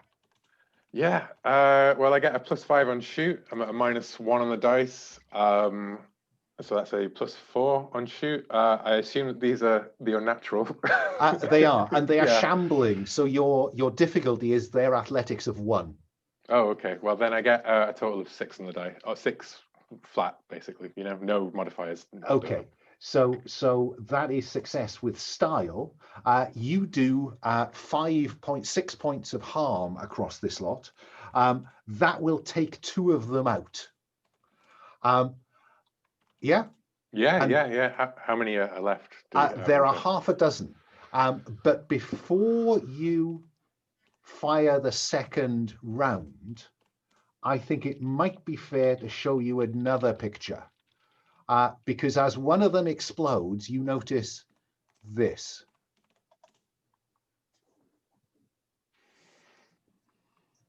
There's something inside of him. Yes, there is.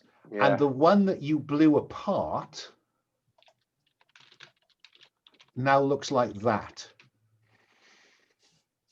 A black spongy mass studded with eyes and mouths.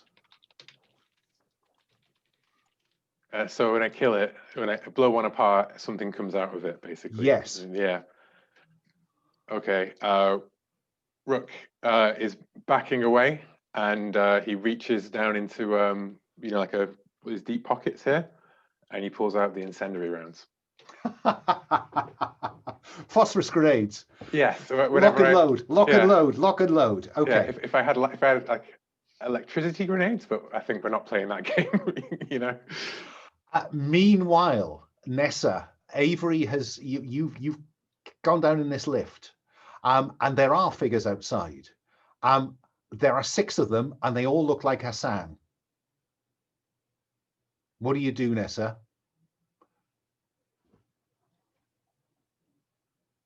You are muted. I think that's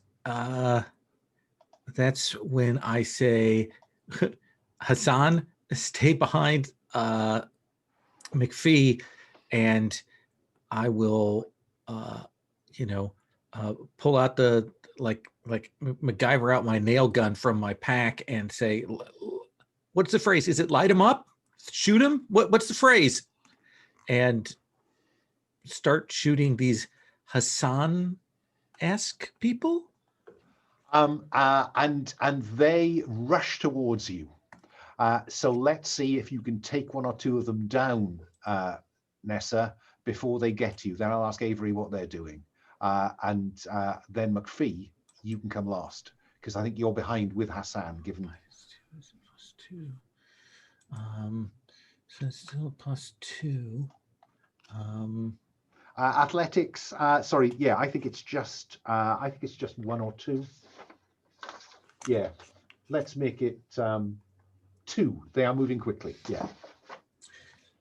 I would like to spend a point to invoke an aspect that we haven't touched yet, because I have a sense that this is maybe what's going on. I would like to invoke the Faceless Mother waits hungrily, because I think these things have been waiting hungrily for us. They have been waiting hungrily. I will mark a resistant success for you.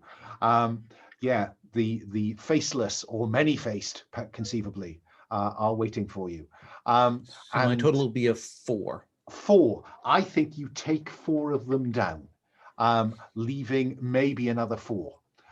Avery, what do you do?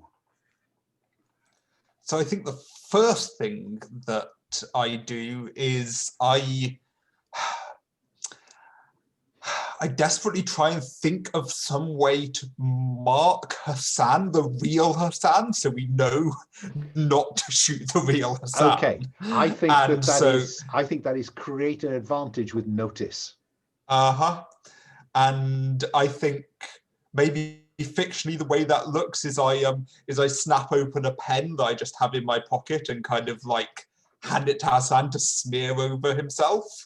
Yeah. That sounds less like notice, but I'm not sure what it is then. So let's go with notice. Fair enough. Maybe it's crafts. I think this is very easy. I think this is difficulty 1 or 2. Well, I have 0 + 2 there, Done. so Done. that's either a success Done. or... Hasan has an ink stain on his chest. Let's hope nobody's using paintballs. McFee, what do you do when you see all these Hasans in front of you? Wow. I look at Hasan behind me and I ask him, what do you want me to do? Hasan is backing away against the back corner of the lift because this is blowing his mind. But I am inclined here to ask McFee, what is he feeling?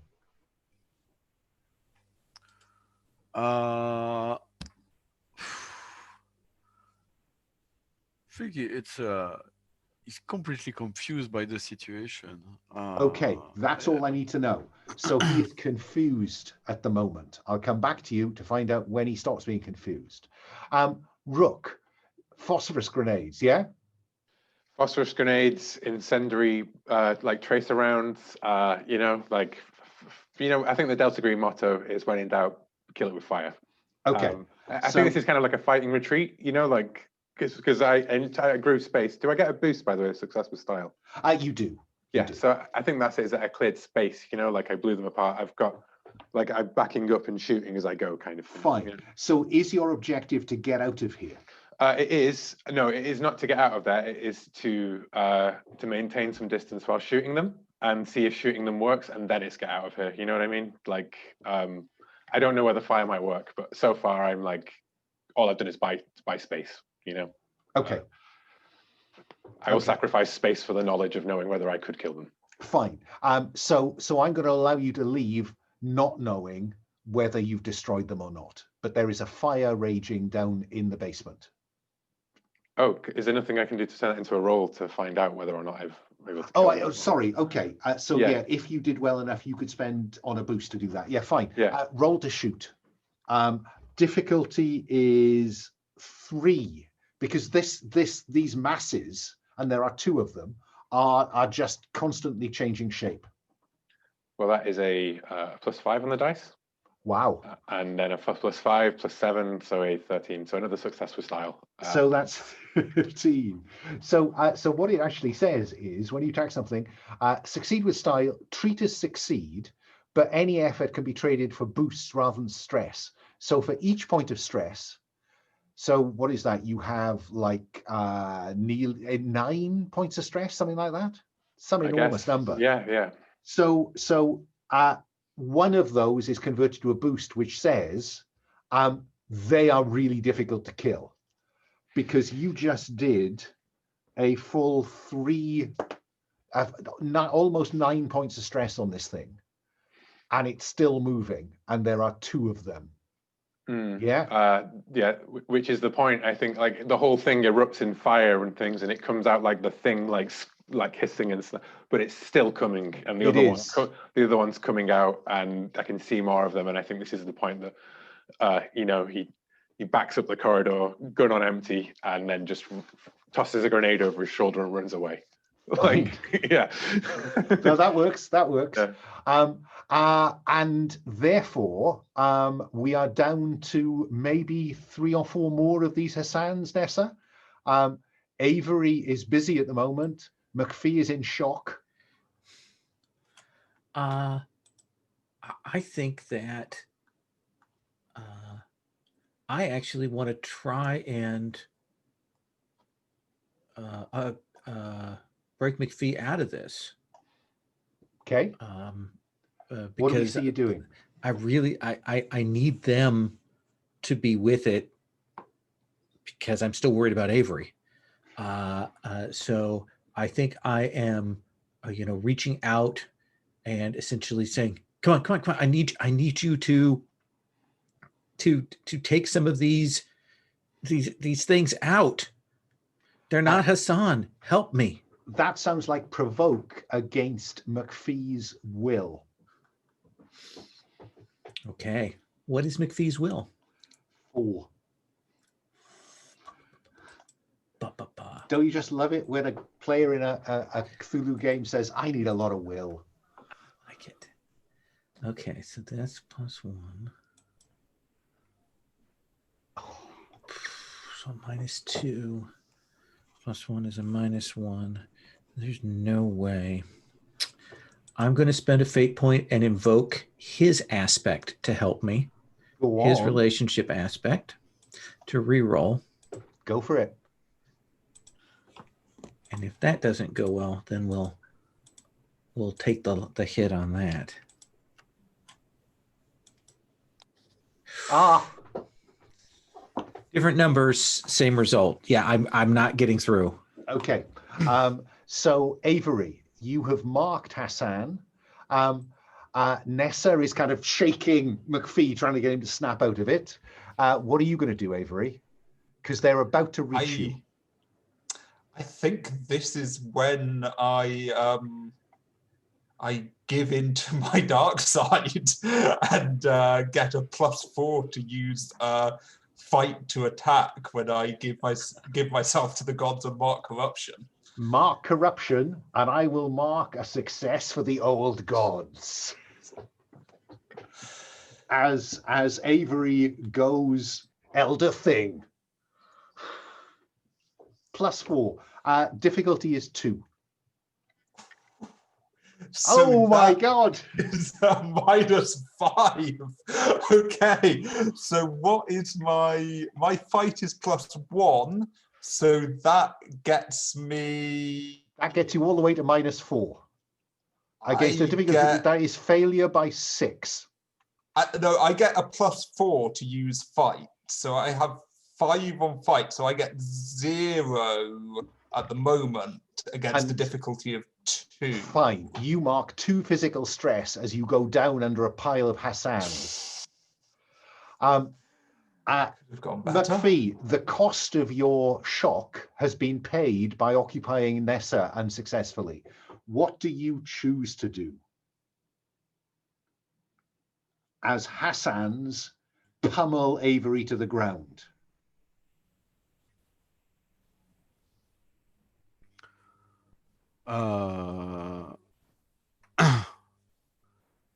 So I think I'm gonna start shooting at them. Like I snap out of it. I'm gonna try shooting at it, specifically in their face. Fine. Let's. I think the difficulty now is only 1, because they are pretty much just tearing Avery. Yeah, and if you wanted me to take a corruption for that, I think it would be appropriate. But no, I don't think it's corruption. It's maybe like a shock to your system. I might give you a mental stress. Yeah. Okay, rolling. So yeah, we're gonna use another dice roller. I'm afraid it's not working. I didn't see those move. Didn't they? I thought I saw them moving, but the result didn't change, so I'm not sure. No, I didn't see that move. So go ahead and click on the 6 and 2. Yeah. Oh, 6 and 4. Not quite as bad. Okay. I think Avery's going to take another 2 points of stress before you can put them all down. Okay. And you take a point of mental stress for just the sheer kind of shit that's going on. Right. Nessa. Looks like McFee is dealing running with them. down the hall looking for a safe. That's something I can handle. I can handle a safe. I know how to do that. Rook, as you are retreating swiftly out of this basement back into the hall, the screen is still there, and our friend, the Reverend Leroy Anderson, goes, "Oh my God, son, you're doing well." I give it the finger. And now this might be too much. I pull out the GPS tracker that my friend in the nearby drone fleet, and I'm going to leave it here to fire a bunker buster drone strike into the thing before I leave, basically. Okay. I think this does count as using contacts instead of resources. But I think this is going to be a difficulty of 5. Yeah, I would have said so. You know, getting a military scale drone to fly over Mississippi without anyone noticing. So go for it, though. It's too good not to. So that is a 2 on the dice. Yeah. That's 6 on contact. So I've beaten it, right? By 1. By 1, yeah. So, And as you, I think as you leave, we cut back to the basement, and maybe there's the kind of approaching over the horizon. Nessa, this is all down to you. I am going to get to that safe. And do your thing. Yes. And I am going to go ahead and roll with my burglary. Fine. And difficulty, I think, this is top of the line safe. So I'm going to make the difficulty 5. Okay. Just to make you sweat. I'm going to invoke that Nyarlathotep is concerned about us. I think because this safe has been chosen to be particularly unpleasant. So I will do that. And I will, so that plus that plus that. So that's even up, +3, plus my free invoke from the know the safe is a plus, so 5. And then I'll take the inflated point I spent on the Nyarlathotep there. Fine. That is success. And inside there is a glowing trapezohedron. What do you do with it? I take a freaking hammer to it immediately. Not even a question. I don't even want Avery to see this. I am bringing a hammer down on it. By all means, roll physique. Okay.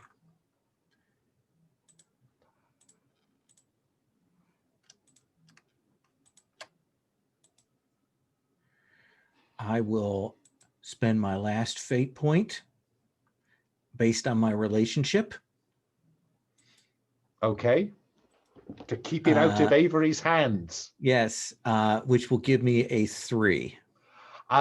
Would you take 5 points of physical stress, please? Your hammer bounces off, and in fact, you are thrown across the corridor. It is that tough. It felt like you just hit the side of a battleship. Fudge. I'll take a mild consequence and 3 points of physical stress.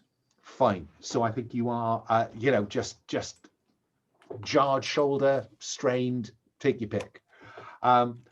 It doesn't look like it's going to be that easy. Rook, where are you going as you leave the chapel? Truck. Okay. Yeah. My plan is I'm now the extraction, Okay. Okay. I think there's a, as he goes, in this thing you can just see like the drone, and there's that like infrared scope coming up on the thing with some very strange readings coming out.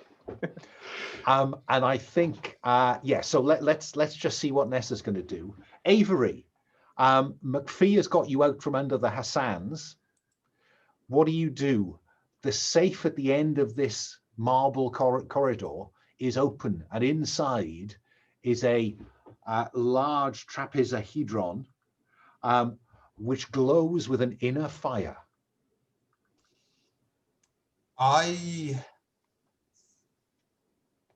I'm picking it up.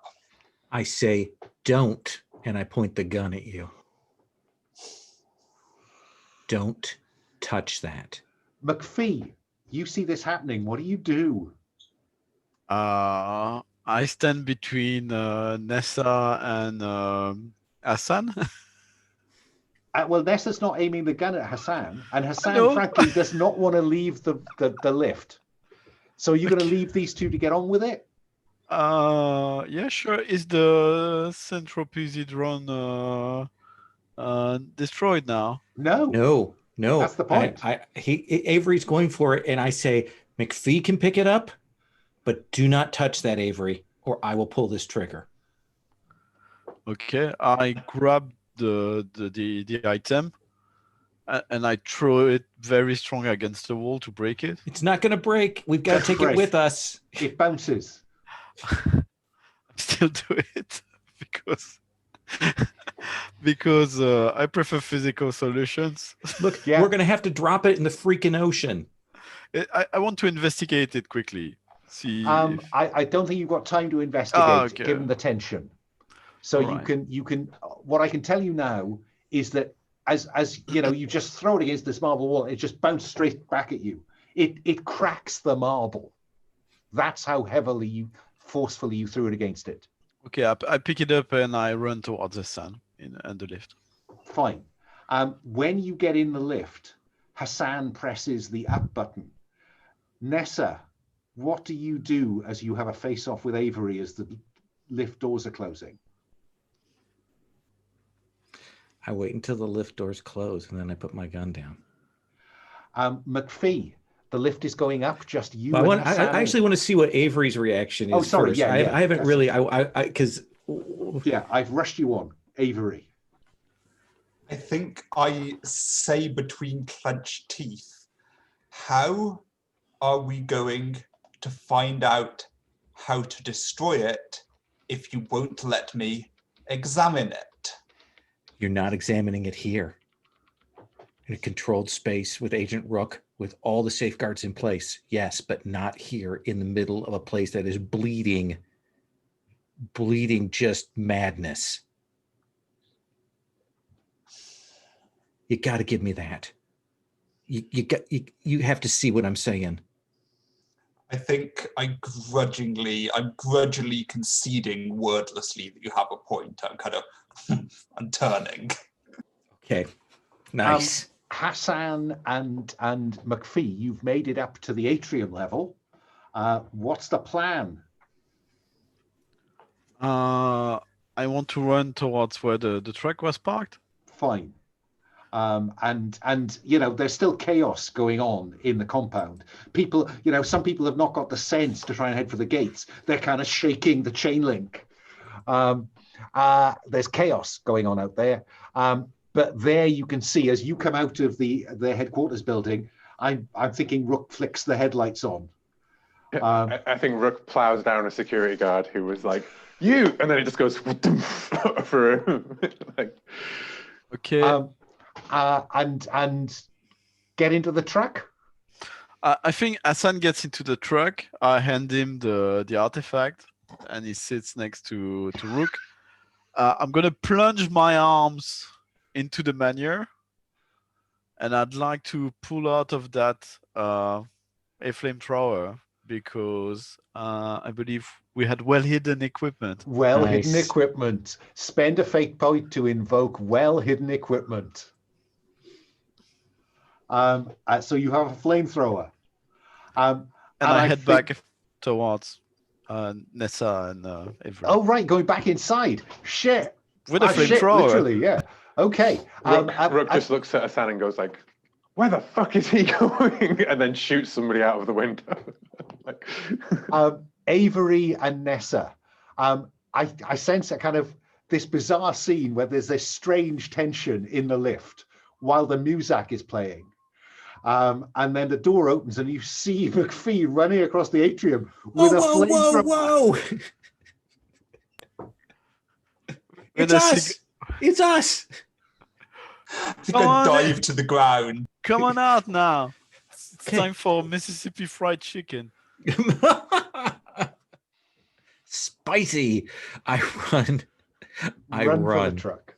And I think that I think probably at this point we have to kind of accelerate our way out of this episode. So I think as Rook floors the truck towards the gates, where there are still some people, you know, fighting with security guards trying to get outside. Rook? and I say that as I ready it, and I like, come on, and then like around the gate, the melee at the gates just explodes, and I gun the engine, and then behind us, then the chapel explodes. Like, fine.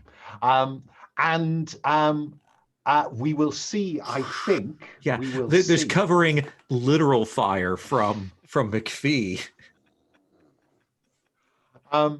and I think that we will see people scattering across the countryside.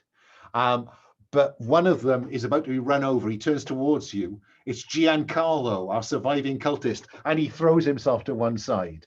So whether he is still going to be a cultist who reports back in 2028, we will never know. And I think as the truck screeches into the Mississippi night, that is where we close this session. Gosh, a lot went on then, guys. Well done. So I'm just going to do a quick count. I've got 3 Great Old One successes. And I think I had a couple from last time, so that's great. So I'm going to fill my track, get a ripple, and have 1 left over. You started with a ripple with 1 resistant success. How many did you stack up today? Let's see. 1, 2, 3, 4, 5, 6, 7, 8. Yeah. So plus the 1 that you had left, that's 9. So that's 1 left over and 2 ripples in time.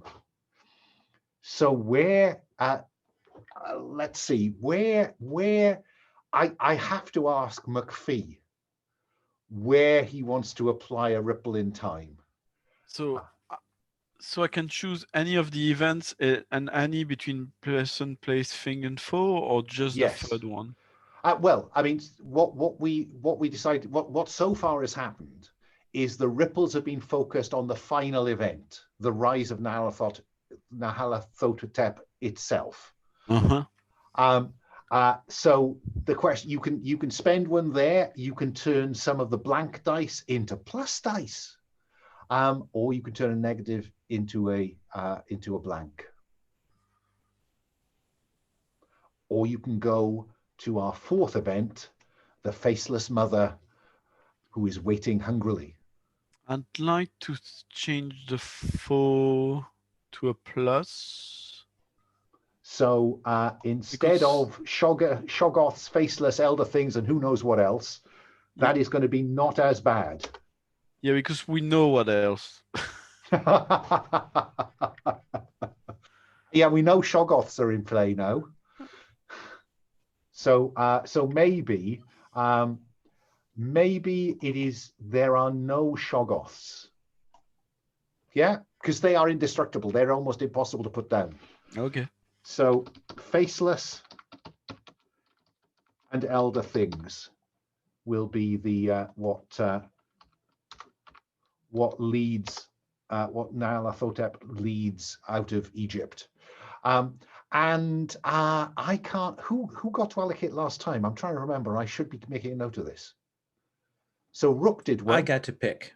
Oh, then let's go to Avery then for spending another ripple in time. Especially because I put Avery on the spot this week, and I apologize for that. But I mean it was fun. The compels at the start set that up. You know you could not have done otherwise, or I'd have taken a fate point away. So Avery, where do you want to spend a ripple in time? I think I want to take the negative away from the shining trapezohedron, because I'm not sure where we left that, whether it was destroyed by the flamethrower or we have it, but Hasan has it. So it's not where it was in the previous timeline, so I'm going to change that. Okay, I'll put a 0 in there. So the Rise of the Great Old One is looking a lot better than it was when Avery arrived from 2028.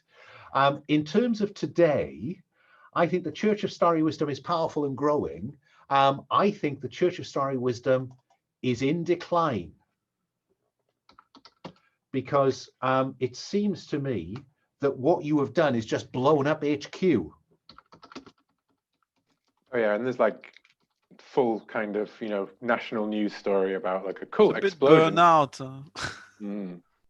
Yeah, this is going to be all about across the nation news. You know, there's going to be a Netflix documentary about this in a year's time. You know, they're not going to have one of them at the Supreme Court. I think the Reverend Leroy Anderson is still in play.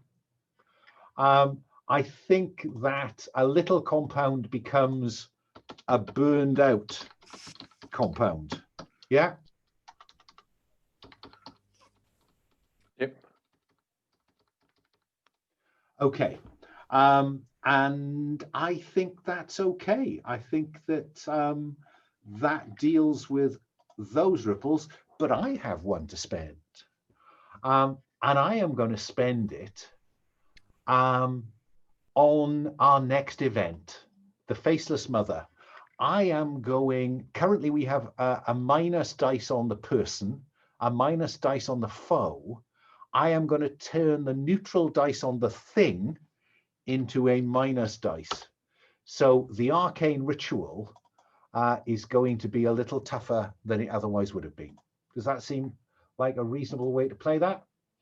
And both Yes. the resistance and the great old ones go into next time with 1 success marked each. Goodness me, I'm out of breath. That was breathtaking stuff, guys. I would like a quick star and wish, if I may, just to see how we're feeling. So let me go in, where are we? Let me go in reverse character keeper order to stick with the starting one. Kaloum, any stars? My big star is for the invoking the timeline aspect, the Faceless Mother waits hungrily. That was spot on, Noel. Didn't Very see that well one played. coming. Didn't see that one coming. Thank you. What about Bodhi? My star is for Nessa drawing a gun on me. That was brilliant. And it's yeah, it was just the way that everything ramped up again.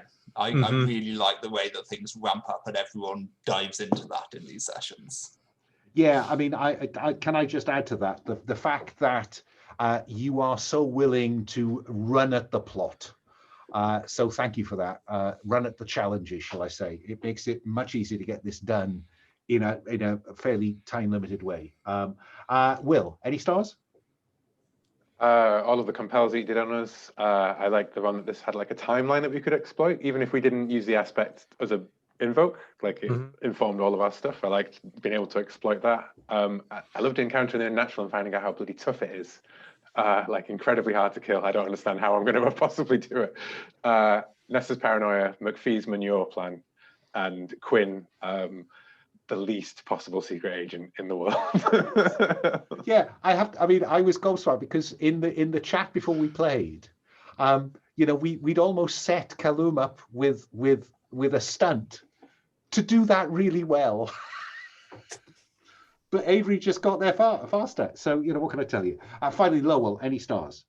I actually, the whole interactions with McFee and Avery throughout, I had a really good time with. I got to play out the relationship aspects with both of them. So I thought that was good and appropriate. And I thought all the reactions were really good. I enjoyed the scene between. I also say I liked the fact that you didn't pull a punch like yes, spend your fate point because that trap is isn't going anywhere, and that was a great whoops hit to me, and seeing Agent Rook go full on black ops squad was pretty tremendous too. Yeah, I'd endorse all of that. I enjoyed Rook's balls, just giving the Reverend the finger, and then going down below, and discover, just that dawning realization this was some kind of trap. And yeah, McFee and McFee the manure spreader. It was just tremendous. Avery, yeah, I think this was more Get Smart than James Bond in terms of agenting. And Nessa, just real imaginative use of create advantage and invokes and a couple of compels. So that was great. Let's go back round for any wishes. So as we approach our last but one session, Kaloum, any wishes? I'd like the son of McFee to appear in some fashion. Maybe not appear next session, but at least hint at him appearing on the last session, but start to bring him in the fold. Yeah, absolutely. I'm very happy to do that. What about you, Bodhi? I want, and this might be something that comes in the last session, it might need to be set up in the next session. I want a hard choice for Avery. I want the choice of which direction, the big one of kind of, do I stop the apocalypse? Do I become the apocalypse? Well, who is going to rise out of that Egyptian city? Not if I get there first. Will, any wishes? I would like to see. I'm amazed I didn't get to use the spell that Bodhi picked up, I suppose. I halfway through I was thinking, should I nudge the spell? But I was very happy that Bodhi went full elder thing. Oh yeah. Got to mark corruption. That's a good thing. But I would, I enjoyed having the weird show up, and I'm, from what I know of the next one, it's definitely going to have some very weird things because we're hunting the faceless mother, I think. But what my one wish is kind of like a little bit of an end to that posting was McFee's flamethrower. As we were driving away, one of those blessed rears up, and McFee burns it off the side with a flamethrower, and it's like all like horribly monstrous, and McFee with manure all over, just like, holy shit. Lowell, any wishes for next time, or what we got left? Well, I super enjoyed it. I want to actually second. I love the idea of bringing McFee's son in, especially because we are going to be on the mainland since we're going to be in Paris. Yeah. If they were lost at sea in the North Sea or whatever, there's a chance that or Drydown that could be a place where they've gotten taken to. Maybe they swam up the Seine and they emerge in Paris. Like, ugh. No, I more imagine that the cult's operating in Europe, and when someone washes up with a lost memory or whatnot. And is it really his son? Oh yeah, especially after we've seen the Hasan clones. Okay, that was great, folks. My wish, I think, is just to see you continue to throw yourself at the timeline the way that you are now doing. It's really, really fun to be on the receiving end of. So I will stop the recording. So wave bye-bye to the internet.